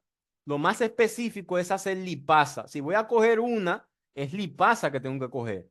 para hacer el diagnóstico de pancreatitis. Y tienen que estar 3 veces por encima del valor normal. Bien, para considerar el diagnóstico. Dentro de la evolución clínica, la pancreatitis puede evolucionar en varias fases o etapas, o podemos clasificarla. Por ejemplo, tenemos acá un estudio la tomografía es muy importante para valorar el índice de gravedad de imagenológico. Y esto se hace a través de los llamados criterios de Baltasar. Se clasifican en A, B, C, D y E. Y cada uno recibe un puntaje, 0, 1, 2, 3 y 4. Si tiene, por ejemplo, una pancreatitis grado A nivel tomográfico, es decir, un páncreas normal, tiene 0 puntos. Tiene un porcentaje de necrosis de 0%. Una mortalidad baja. Mayor a 4 puntos, tiene una mortalidad mayor, es severa, mayor a 4 puntos. B, aumento del tamaño focal o difuso del páncreas. Solamente. Aumento focal o difuso de la glándula. C, páncreas anormal con inflamación peripancreática. Inflamación alrededor del páncreas peripancreática. D, una colección intra o extrapancreática de líquido. E, 2 o más colecciones de líquido intra o extrapancreático o la presencia de gas retroperitoneal. Cuando tiene más de 6 puntos, si tiene, por ejemplo, un estadio C que evoluciona a un estadio D, tiene 6. Entonces tiene más del 50% de necrosis, de riesgo de necrosis, con lo que aumenta aún más la mortalidad o la severidad de la pancreatitis. Simplemente recuerden la clasificación. A, páncreas normal. B, aumento difuso de la glándula. C, páncreas con inflamación peripancreática. D, una colección líquida intra o extrapancreática. E, 2 o más o presencia de gas retroperitoneal. Esto es importante de aprender en los famosos criterios de Baltasar, imagenológicos, tomográficos, ¿no? Muy bien. Ahora, la pancreatitis yo les mencioné que evolucionaba en fases clínicas. La otra que vimos son fases histopatológicas, fisiopatológicas, ¿no? Ahora son fases clínicas. Hay 2 fases. Fase temprana, que dura menos de 2 semanas, y la fase tardía, cuando se prolonga por más de 2 semanas. Temprana, menos de 2 semanas. Tardía, cuando se prolonga más de 2 semanas. En la fase temprana de la pancreatitis aguda, es decir, aquella que dura menos de 2 semanas, la intensidad se define por parámetros clínicos y no por signos morfológicos. ¿Por qué? Porque deben haber transcurrido más de 48, más de una semana, más de 7 días o más de 72 a 48 horas o más para verse los datos morfológicos de una pancreatitis, para verse los cambios característicos. No se ven de una vez. Es necesario entonces, en esta fase, valorar 3 aparatos o sistemas. Aparato respiratorio con gasometría arterial, medición de, por ejemplo, de PO2 en gasometría, etcétera. Por ejemplo, si el paciente está ventilado, ¿no? Medir el PIB y lo demás, fracción de expirada de volumen, fracción, perdón, de volumen expirado en primer segundo. Cardiovascular, midiendo presión arterial, presión venosa central, etcétera. Y renal, urea, creatinina, ¿verdad? Midiendo función renal. Debe evaluarse esos 3 aparatos en esta fase. Por lo común, por lo general, no se necesita estudio de imágenes. Recordad, los cambios anatómicos de la glándula suelen verse 48 horas después de la hospitalización. En las primeras 48 horas no suelen verse cambios en la glándula. Por eso que los estudios de imágenes a veces son un poquito contradictorios para hacer diagnóstico de pancreatitis, porque no suelen verse los cambios típicos luego de las 48 horas de ingresado el paciente. Recuerden, el diagnóstico de pancreatitis es clínico, más que imagenológico. Es clínico el diagnóstico de pancreatitis. La fase tardía, entonces, aquí aparecen cambios ya. En la fase tardía, aquella que dura más de 2 semanas, aquella que se prolonga, ¿no? Por este tiempo, tiene una evolución más lenta, más duradera. Obviamente, los pacientes evolucionan a un estado un poquito más grave. Hay una insuficiencia persistente del órgano, es decir, el paciente tenía antes lesión renal aguda. ahora se mete en insuficiencia renal. Ahora tienen que darle diálisis al paciente. Es decir, la lesión del órgano se prolongó.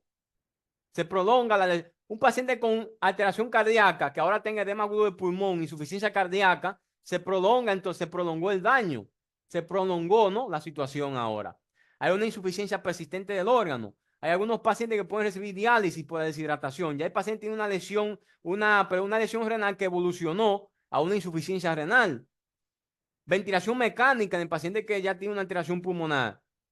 Nutrición complementaria o parenteral en aquellos pacientes que tienen una alteración intestinal, por ejemplo, evoluciona, ¿no? Una evolución más marcada de la enfermedad. Aquí aparecen alteraciones imagenológicas. Pueden aparecer en fases tempranas necrosis, pancreatitis necrosante. ¿Cómo se ve la necrosis en un estudio tomográfico contrastado?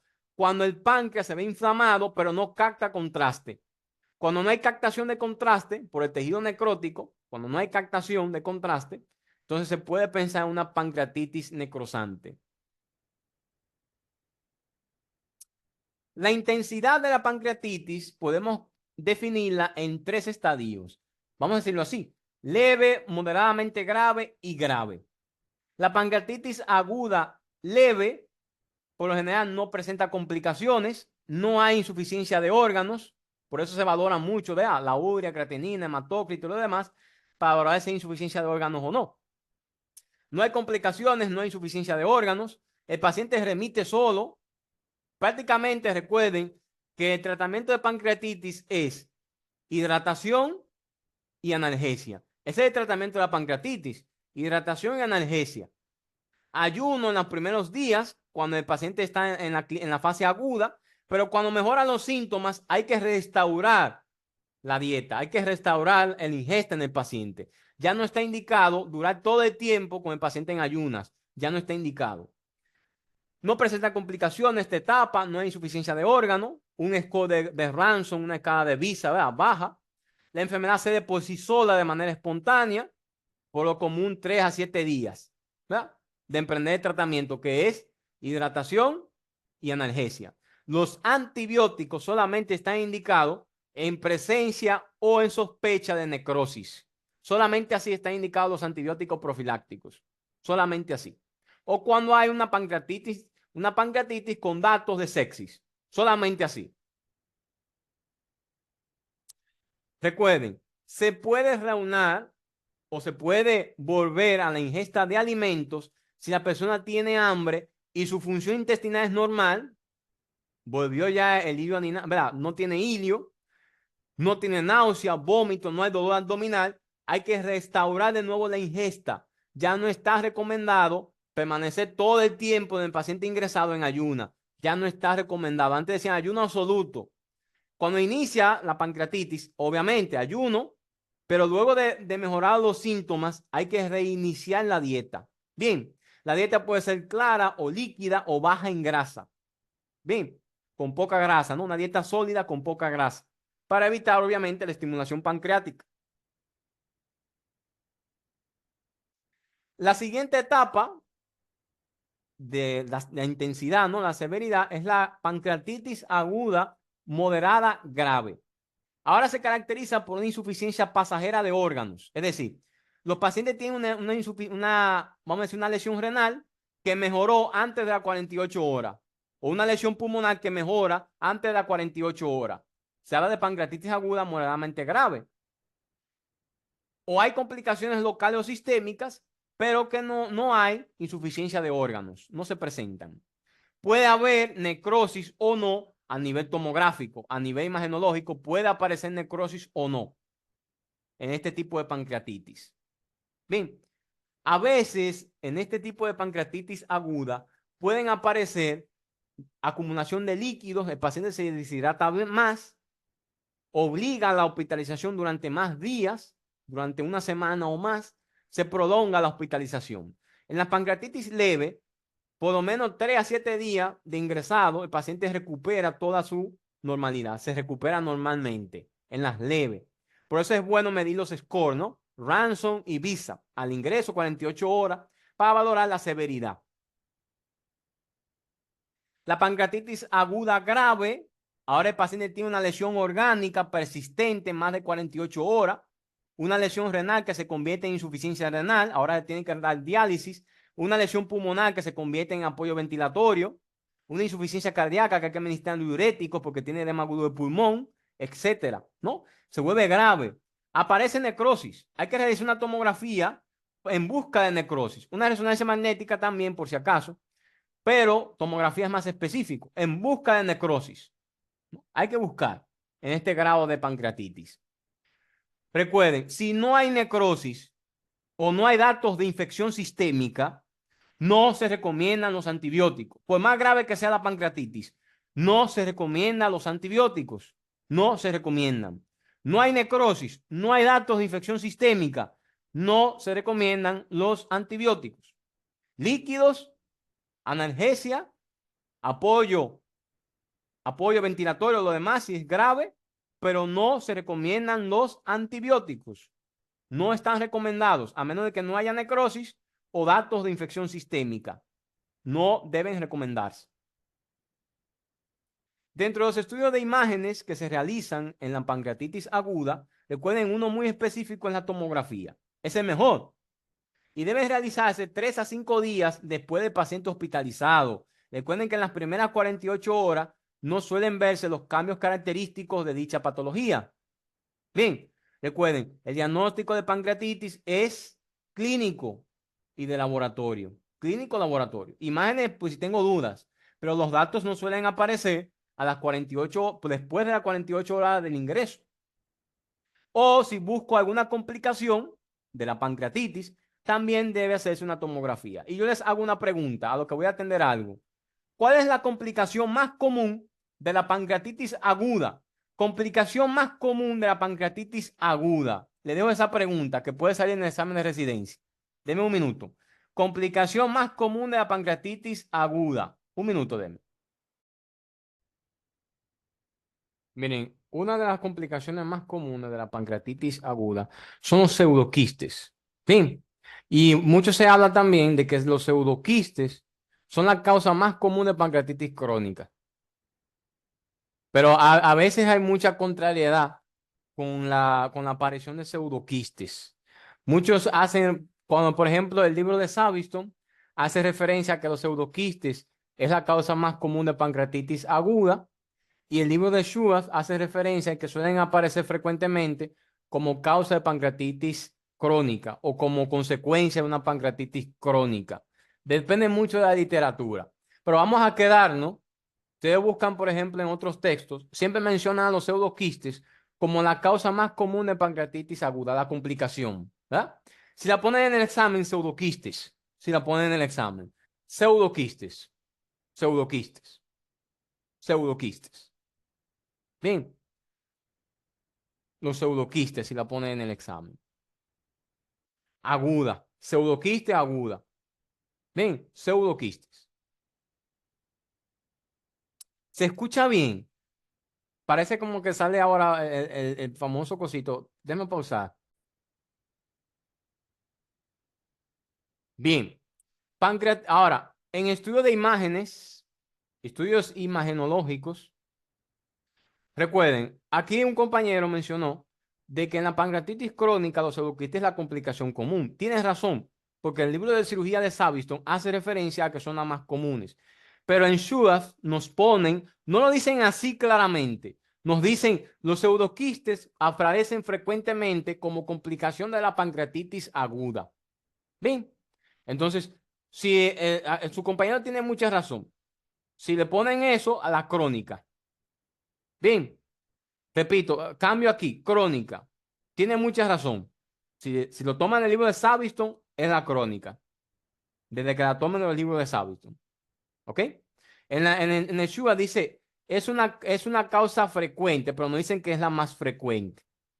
Pero vamos a quedarnos con la crónica, vamos a reafirmar esa parte ahí, ¿ok? Bien, dentro del estudio de imágenes, la pancreatitis aguda puede clasificarse en dos tipos, de acuerdo al estudio imagenológico, intersticial y necrosante. La forma intersticial de la pancreatitis se observa en un 90 a 95% de los pacientes, es la forma más común. Se caracteriza porque el páncreas está agrandado, tiene un contraste homogéneo con el medio idóneo, no tiene el contraste, capta contraste de forma adecuada, se ven cambios inflamatorios leves o pueden aparecer adherencias peripancreáticas en la tomografía. Los síntomas por lo común muestran resolución. En esta forma de pancreatitis muestra resolución. Recuerden que esto es de acuerdo al estudio de imágenes. Ahora, la forma más severa es la pancreatitis necrosantes. Aquí no se ve como el páncreas capta el contraste. Aparece un 5 a 10% de los pacientes con pancreatitis aguda y no evolucionan, la mayoría no evolucionan a esta forma de pancreatitis grave. Se caracteriza porque el parénquima no capta en medio del contraste. Recuerden que esto habla mucho de necrosis.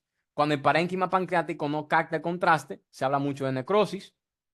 No presenta intensificación, la imagen, ¿verdad?, no está intensificada. Y esto es por la presencia de necrosis peripancreática o por la presencia de gases también. El páncreas no capta contraste. Se ve inflamado, pero no capta contraste. Podemos pensar en necrosis. Es una forma rara, obviamente, dentro de la pancreatitis, y es la forma necrosante. Recuerden, se divide en dos, por estudio de imágenes, intersticial y necrosante. ¿Cuál es el principal tratamiento de los pacientes con pancreatitis? Recordar antes de que 85 a 90% de los pacientes con pancreatitis aguda remiten 3 a 7 días, solo. La mayoría tienen la forma leve. Hidratación, fluidoterapia, ¿verdad?, intensiva intravenosa, dependiendo de la gravedad y la intensidad, obviamente, analgesia, y luego continuar con la dieta si el paciente mejora la sintomatología o mejora el hidrodinámico. Así se trata la pancreatitis, si no hay gravedad. Simplemente así. Bien, 80-90% de los casos de pancreatitis remite solo en 3 a 7 días.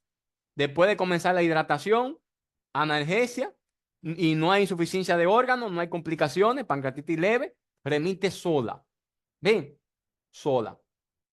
El tratamiento consiste en fluidoterapia intravenosa, administrar analgésicos endovenosos y depende mucho de la gravedad y la intensidad, realizar analíticas, ¿no? La analítica, hemograma, boom, creatinina, calcio de 48 horas, etcétera, valorando si empeoró o no, valorando mucho la gravedad.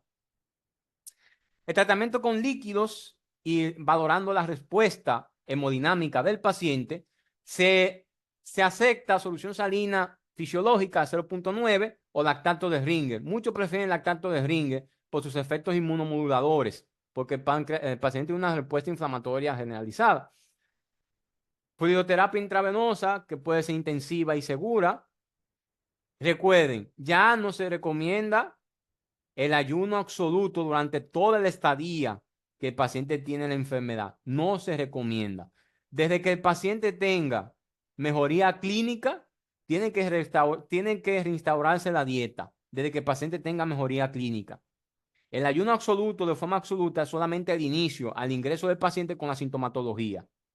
Los analgésicos deben administrarse, obviamente, el dolor, el estrés, aumenta la situación clínica del paciente.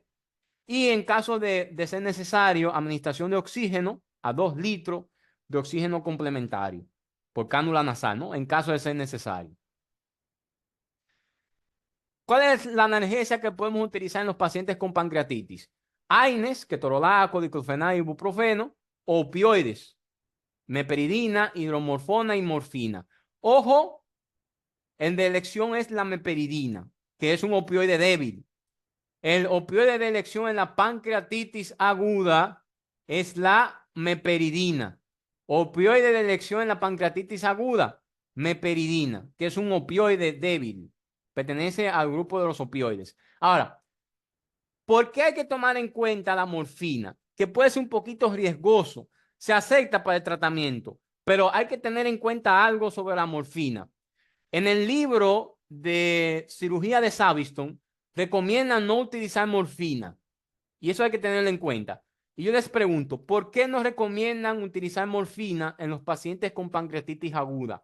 ¿Cuál es la razón por la cual no suelen recomendar, aunque se puede usar, pero no se suele recomendar el uso de morfina. ¿Por qué? Porque la morfina produce contracción del esfínter de Oddi. Recuerden que el esfínter de Oddi permite la salida del conducto pancreático y el colédoco, ¿no? El esfínter de Oddi. Si produce una contracción, mayor contracción del esfínter de Oddi, entonces mayor retención de enzimas pancreáticas dentro del páncreas y obviamente mayor gravedad, mayor empeora la sintomatología. Por eso muchos nos recomiendan la morfina, porque provoca contracciones o espasmos del esfínter de Oddi. Muchos no la consideran, no consideran el uso de morfina.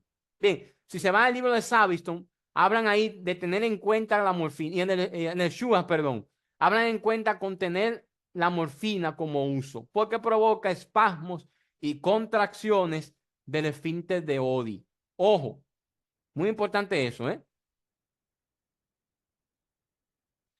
La administración de fluidos se inicia con lactato de Ringer o con solución salina fisiológica al 0,9. Se prefiere el lactato de Ringer a una razón de 15 a 20 cc por kilogramos de peso, seguido en infusión de 3 miligramos por kilogramo, 3 mililitros por kilogramos de peso, para conservar una diuresis mayor a 0,5 cc por kilogramos por hora. El paciente debe conservar una buena diuresis para valorar la respuesta a la fluidoterapia.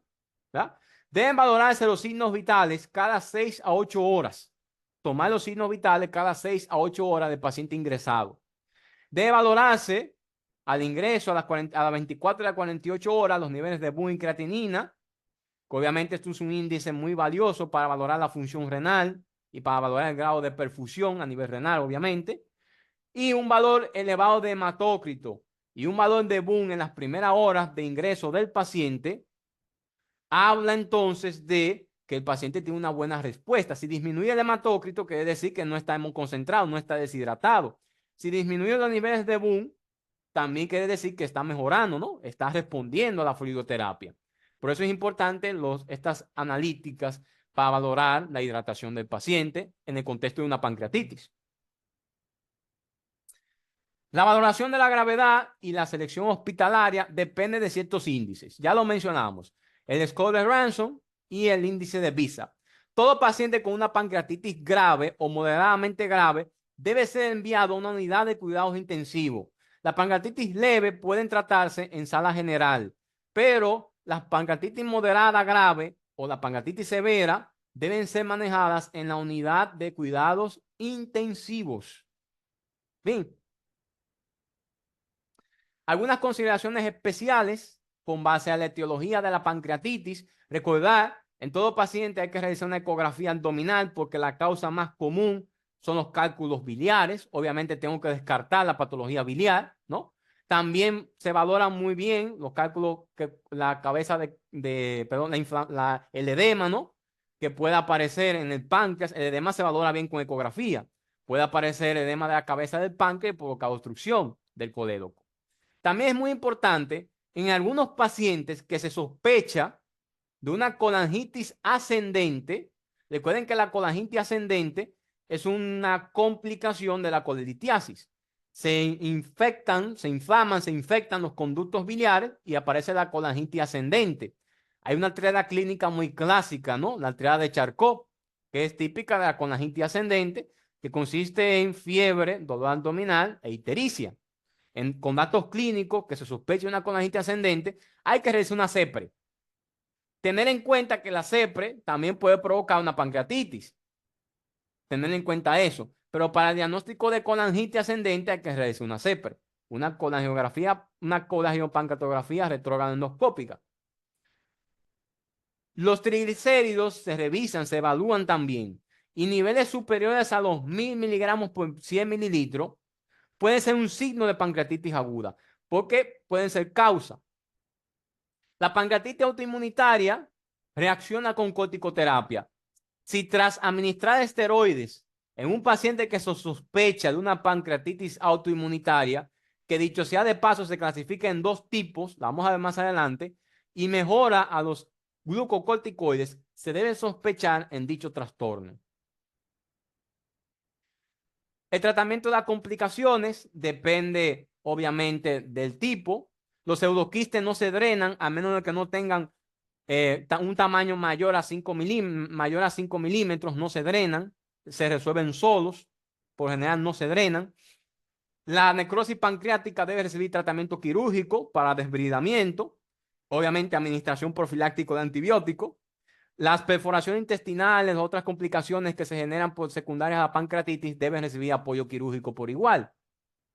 El derrame pleural con ventilación, sonda pleural, etcétera, ¿no? Depende entonces, el paciente con una insuficiencia renal, diálisis, etcétera. Depende mucho de la alteración o complicación que se genere.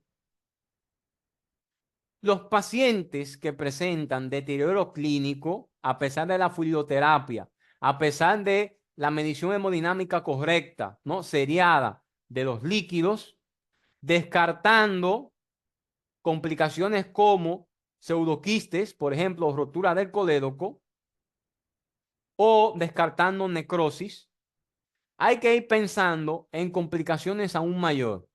Sepsis, por ejemplo, shock séptico, por ejemplo, pensar en otras complicaciones mayores.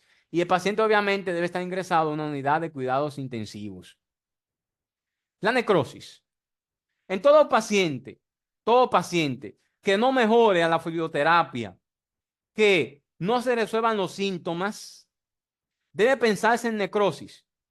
Bien, se hará una aspiración percutánea de la zona necrótica, obviamente dirigido por ecografía o tomografía, una aspiración percutánea de la zona necrótica para obtención de tinción gran, cultivo, obviamente para valorar la antibioterapia dirigida, ¿no? Pero debe administrarse antibióticos profilácticos. En todo paciente con necrosis debe administrarse antibióticos profilácticos. Bien, y se debe pensar también en necrosis pancreática en todo paciente que presente leucocitosis sostenida, fiebre o alguna alteración orgánica. También debe pensarse en necrosis pancreática. La necrosis estéril, que aparece en muchos pacientes, suele tratarse con medidas conservadoras, salvo que surjan complicaciones, pero la necrosis infectada necesita desbridamiento. La necrosis estéril, por general, antibiótico profiláctico y medidas conservadoras, pero la necrosis infectada, con datos de infección sistémica, necesita antibióticos y desbridamiento quirúrgico de las zonas necróticas. Pseudoquistes. La incidencia de pseudoquistes es pequeña, pero son frecuentes en los casos de pancreatitis. Bien, casi todos los cúmulos agudos muestran resolución con el tiempo. Por general, no se drenan a menos que tengan tamaño superior a los 5 milímetros o que provoquen complicaciones. Y es necesario drenar solamente por medio de cirugía, endoscopía o por vía percutánea con métodos de imágenes dirigidos. Solamente cuando son sintomáticos, es decir, están generando complicaciones o cuando tienen un tamaño mayor a los 5 milímetros, según el libro de Saviston. Esto es un pseudoquiste, miren, esto es un pseudoquiste grandísimo, gigantesco que tiene este paciente, ¿no? Bien, deme un minuto y todavía no terminamos, ¿eh? Vamos a terminar este tema y es pancreatitis crónica. Pancreatitis crónica. Deme un minuto.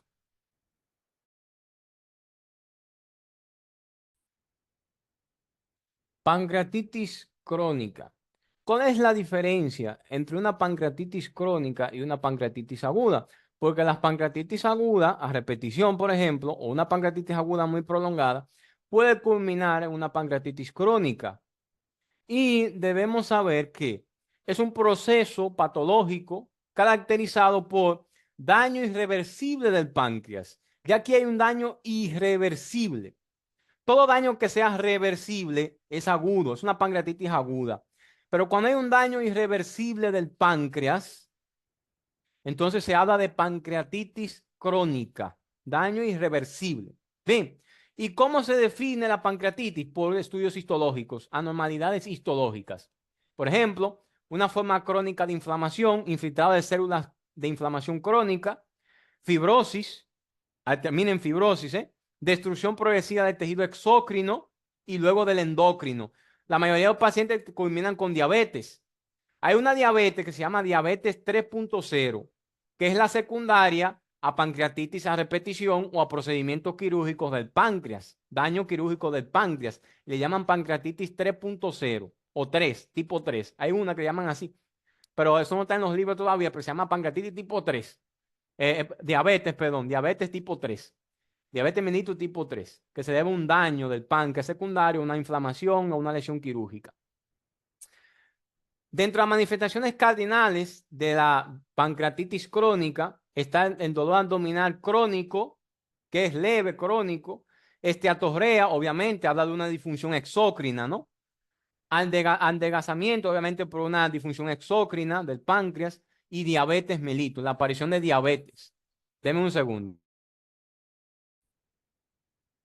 Simplemente recordar, todo paciente que tenga una pancreatitis, que desarrolló diabetes, ya tiene dolor abdominal leve, crónico, ¿no? Esteatorrea, pérdida de peso, tiene una pancreatitis crónica, ya tiene daños irreversibles en la función pancreática. A nivel histológico se ven fibrosis, destrucción progresiva del tejido. Otro dato característico en estudio de imágenes, siempre pensar, es la calcificación. Las calcificaciones son casi patognomónicas de la pancreatitis crónica. Ojo con eso, ¿eh? Ojo con ese dato.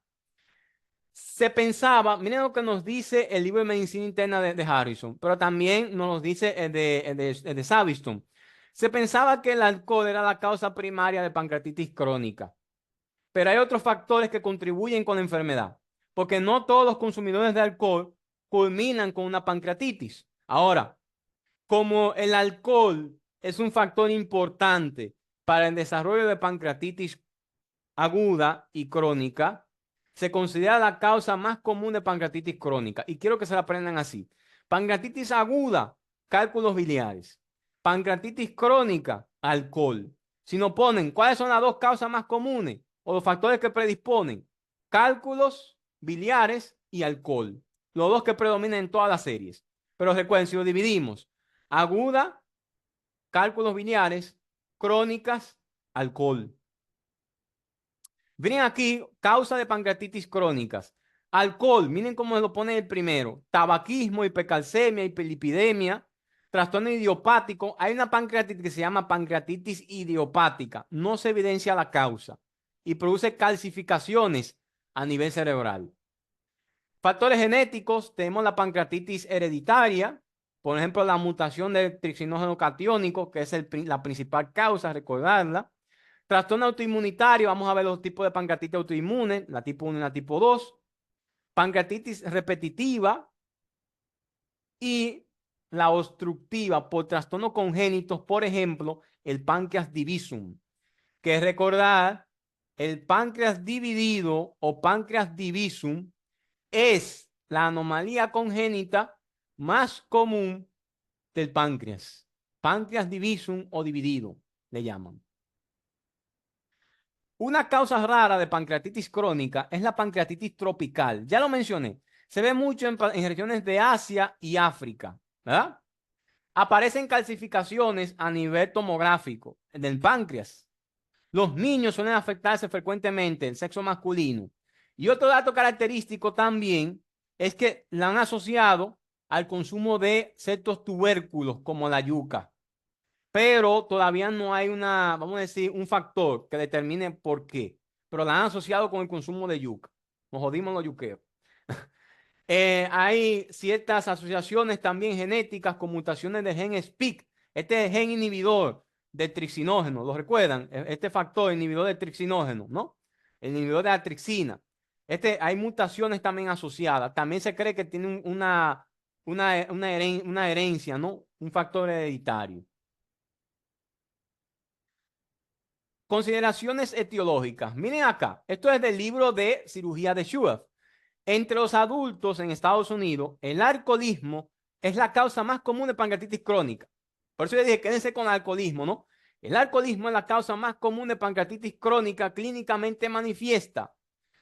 Pero en niños predomina otra causa. ¿Quién? La fibrosis quística. No va a ser el alcohol, la fibrosis quística. Ojo, esto puede ser una pregunta de examen de residencia. En niños, ¿cuál es la causa más común de pancreatitis crónica? La fibrosis quística. En adultos, el alcoholismo. Ahora, un 25% de pacientes, tanto niños, principalmente adultos, con pancreatitis crónica tienen la forma idiopática, es decir, no se evidencia una causa. Descartando todas las demás, no se evidencia la causa y se habla de pancreatitis idiopática. La fibrosis quística, una causa es o mutación del gen, o la otra causa es la viscosidad, se pone espeso, las secreciones pancreáticas, se obstruye el conducto pancreático y ahí viene la pancreatitis. Pero recuerden que a la fibrosis quística también le llaman mucoviscidosis, porque las secreciones son espesas, muy espesas, y provocan obstrucción de ciertos conductos. Esto es muy importante tomar en cuenta. Veremos la fibrosis quística en el apartado de neumología, principalmente. Pancreatitis autoinmunitaria. La pancreatitis autoinmunitaria se divide en dos tipos. Como su nombre lo dice, tiene un carácter autoinmune, ¿verdad?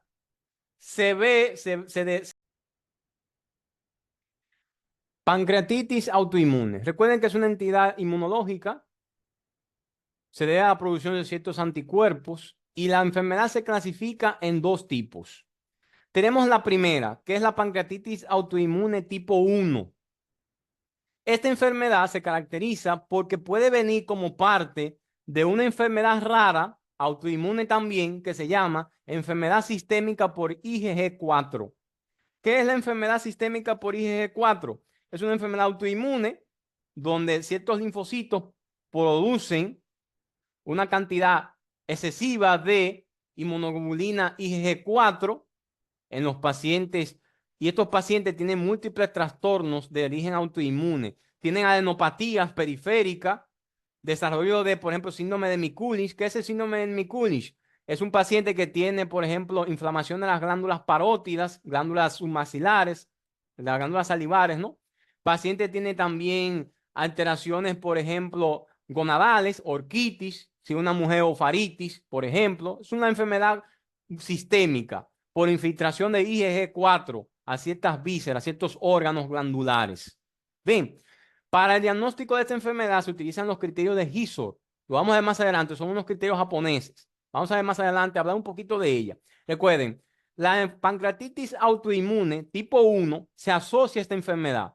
Por ende, va a tener elevación de IgG4. Es lo característico de la tipo 1. Bien, esto es muy importante recordar. Estos son los criterios de Hisor, los criterios de Hisor para la enfermedad por IgG4. Son criterios radiológicos, criterios serológicos y criterios histopatológicos. Obviamente, los pacientes tienen que tener elevación de IgG4 elevada, ¿no? Factor reumatoideo, dato histológico de fibrosis a nivel internodular. Los pacientes también tienen ciertos riesgos de fibrosis pulmonar. Los pacientes suelen tener pancreatitis. El tipo de pancreatitis que se asocia a la enfermedad por IgG4 se llama pancreatitis autoinmune tipo 1. Bien, ahora, recordad que la tipo 1 hay fibrosis, ¿no? Fibrosis, linfocitos plasmocíticos y células abundantes con IgG4, ¿verdad? Marcador importante para la tipo 1, la IgG4. Ahora, en la pancreatitis autoinmune tipo 2, aquí no va a haber IgG4. Esta no se debe a IgG4, es decir, no se debe a enfermedad por IgG4. No hay afección sistémica ni tampoco tiene IgG4 positivo. Pero sí hay algo característico de la tipo 2. Hay un infiltrado a nivel histológico de granulocitos. Un infiltrado de granulocítico. Bien, en los conductillos, en la pared de los conductos pancreáticos, hay un infiltrado granulocítico. Es lo característico de la tipo 2. No es sistémica, sino localizada solamente al páncreas. La tipo 1 es sistémica porque es parte de la enfermedad por IgG4, que es una enfermedad autoinmune. Bien, esta es la enfermedad por IgG4. Afecta a múltiples glándulas, no solamente el páncreas, hígado, vesícula biliar, el ojo, glándulas salivares principalmente es característico, adenopatías múltiples, afecta a la tiroides también, provoca tiroiditis. Casi todas las glándulas se ven afectadas por esta enfermedad. Aparece muy frecuente en pacientes jóvenes, mujeres principalmente. Es la famosa enfermedad por IgG4. Es rara, se habla mucho en reumatología de ella, pero es causa de pancreatitis autoinmune tipo 1. Recordar eso, ¿eh? Tipo 1 asociada a IgG4. La tipo 2, infiltrado granulocítico, pero no hay IgG4. Importantísimo. De la tipo 1 y la tipo 2. ¿Cuál es el tratamiento de elección en una pancreatitis autoinmune? Aparte de, por ejemplo, el apoyo de hidratación y lo demás, los glucocorticoides. Glucocorticoides. Es el tratamiento de elección para disminuir los síntomas, disminuir el grado de inflamación pancreática y revertir las características histopatológicas con los glucocorticoides, preferentemente prednisona. ¿Cuál es, aparte de la pancreatitis autoinmune, cuáles otras características clínicas puede presentar un paciente con pancreatitis crónica? Ya sabemos que el paciente presenta dolor abdominal, eh, vamos a decir, crónico, ¿verdad? Más de 4 semanas. Digestión deficiente, es decir, pérdida de peso, esteatorrea, ¿verdad? Habla de una disfunción exócrina. Aparición de diabetes, por ejemplo, ya habla de una disfunción endocrina, ¿no? En la tomografía, aunque en algunos casos puede ser normal, en la tomografía se ve algo que es característico, lo vamos a mostrar más adelante. Bien, la resonancia magnética también puede mostrar ciertos datos y la ecografía también endoscópica pueden observar ciertos datos. Las pruebas de función pancreática obviamente se ven, hay un incremento de amilasa y lipasa, pero no es tan alto como aparece en la pancreatitis aguda. Esto es una característica de la crónica, que el incremento de las enzimas no es tan alto como en la aguda. Esto es característico, miren, casi patonomónico, es un signo patonomónico, para así decirlo, de la pancreatitis crónica. ¿Cuál es el signo? Las calcificaciones. Esto ustedes ven acá. Y pueden ser tan intensas que se vean incluso hasta en radiografía. Miren, esto es una radiografía del páncreas. Miren hasta cómo se ve delimitado el páncreas por las calcificaciones. Son calcificaciones, microcalcificaciones. Y aquí también se ven. Esto es característico. Recuerden eso, ¿eh? Esto puede salir en un examen de residencia. Un paciente con pancreatitis, un paciente con una clínica de pancreatitis que en la tomografía se evidenciaron calcificaciones. Pancreatitis crónica. Bien, ¿cuál es el alcohol? La pancreatitis alcohólica, la pancreatitis autoinmune, la pancreatitis hereditaria, la pancreatitis tropical, la pancreatitis idiopática, originan calcificaciones a nivel pancreático. Y todas son causas de pancreatitis crónica. Bien, recordar eso, ¿eh? Inclusive una forma postraumática de pancreatitis crónica provoca calcificaciones. Y esto es un dato que siempre deben recordar. Y lo pongo aquí, lo marco acá. Es un signo patonomónico de pancreatitis crónica, las calcificaciones. Dentro de las complicaciones de pancreatitis crónica, miren el libro de Harrison, ¿cuál es la complicación más común? Dolor abdominal crónico. Dentro de las complicaciones de pancreatitis crónica. Miren dónde pone el pseudoquiste, casi de las últimas. Dolor abdominal crónico, adición a narcótico, gastroparesia, ictericia, cuando afecta a la cabeza del páncreas. Hay una retinopatía muy característica en los pacientes con pancreatitis crónica, que es la famosa retinopatía de Puschner, se llama así mismo retinopatía de Puschner, que se ve en pancreatitis crónica. La osteopatía metabólica, obviamente hay disminución de la absorción de vitamina D, vitaminas liposolubles, hay una disminución, obviamente. Y el cáncer pancreático puede ser una causa también o consecuencia de la pancreatitis crónica, principalmente en la forma hereditaria y en la forma tropical. Tienen un mayor riesgo de desarrollo de cáncer pancreático. Bien, otra forma de pancreatitis crónica y que suele debutar en la infancia, por eso la divido acá, es la pancreatitis hereditaria. Suele debutar en la infancia. Es la llamada pancreatitis hereditaria. Es una enfermedad rara que guarda semejanza con la forma crónica, obviamente, tiene calcificaciones, evoluciona de forma crónica, pero inicia en etapas más tempranas de la vida, forma hereditaria, ¿no? El gen del trixinógeno catiónico se encuentra en el cromosoma 7. Cromosoma 7. ¿Quién más se encuentra en el cromosoma 7? El gen de la fibrosis quística, el CFTR, en el cromosoma 7 también, ¿no? Las mutaciones del gen del trixinógeno catiónico causan las formas dominantes autosómicas de la pancreatitis hereditaria. Recordar, es la causa más común de pancreatitis hereditaria, la mutación del gen del trixinógeno catiónico. Bien, importantísimo. Estos pacientes muestran ataques repetidos de dolor abdominal intenso durante días a semanas, o vean, niños que presentan dolor abdominal intenso, ¿verdad? Las concentraciones de amilasa y lipasa pueden aumentar durante los ataques, pero un dato muy importante es que pueden ser normales Ojo, esto es muy importante. Pueden ser normales en los niños con la forma hereditaria. Y hay un dato que caracteriza a estas pancreatitis crónicas. ¿Cuál es el dato? Las calcificaciones. ¿Ah? Presencia de calcificaciones pancreáticas. Ojo, muy importante eso, ¿eh? Diabetes mellitus y estatorrea orientan de un daño crónico ya. Hay una disfunción crónica del páncreas. Los pacientes, ya lo mencioné, tienen una mayor incidencia de carcinoma pancreático, inclusive aumenta el riesgo 40% a los 70 años de vida. Los pacientes que envejecen con la forma hereditaria tienen hasta un 40% de tener un cáncer pancreático, de presentar un cáncer pancreático. Ese es un factor de riesgo, la pancreatitis hereditaria para el cáncer pancreático. Otros genes que se han asociado con la enfermedad es el gen SPIC, que es el gen inhibidor del trixinógeno, ¿no? De la trixina. Una mutación de este gen también origina la forma hereditaria, pero es más rara que la provocada por la mutación del trixinógeno catiónico. Miren acá.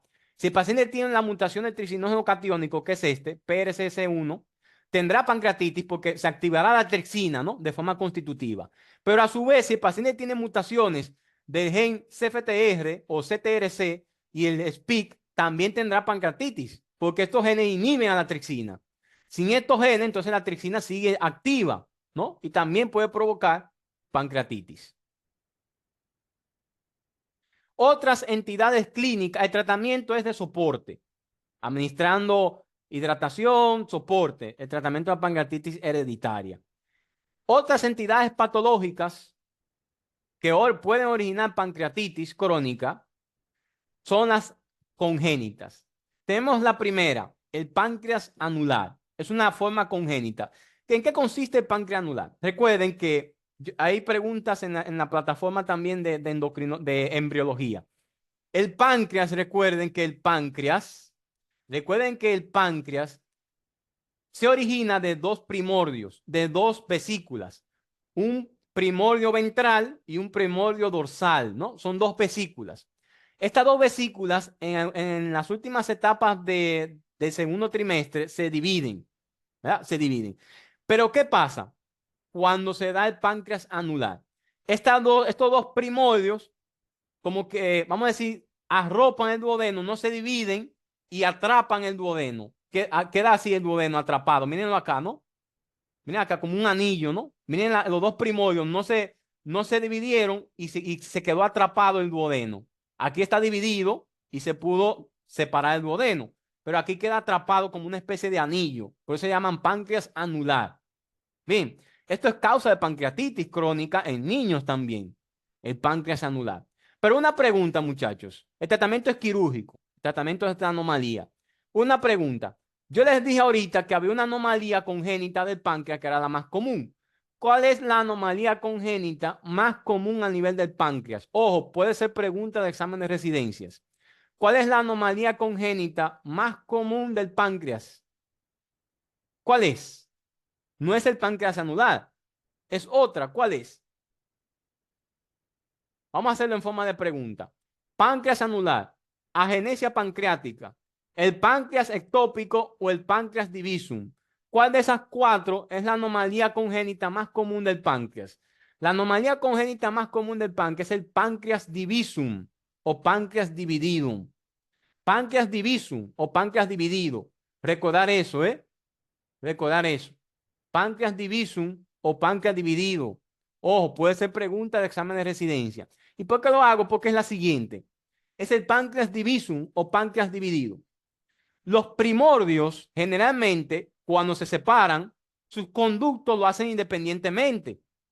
En la caráncula mayor, el conducto principal, y en la caráncula menor, el conducto accesorio, ¿verdad? ¿Qué pasa aquí? El conducto mayor también drena en la caráncula menor. Y esto es riesgo de pancreatitis porque este conducto tiene un esfínter más pequeño y se puede obstruir más fácil con un conducto más grande. Es la variante anatómica congénita más frecuente, recuerden, del páncreas y puede ocasionar pancreatitis. El tratamiento es quirúrgico. Bien, es una anomalía del drenaje. El drenaje, en vez de hacerse por la caráncula mayor, se hace por la papila menor. Y le llaman páncreas divisum porque actúa como si fuera dividido, como que en otro lado, ¿no? Drena en otra parte. Y bien, muchachos, hasta aquí fue la clase en el día de hoy. Para mañana, entonces, si me da tiempo, lo hago en la tarde. Hablaremos de trasplantes. Bien, tema importante también para exámenes de residencias. Y recuerden que vamos a iniciar ya el módulo de endocrino. Vamos a iniciar ya. Sí, la voy a tratar de subir de una vez. Entonces, muchachos, nos vemos en el día de mañana. Cuídense mucho y que pasen feliz noche. Bien.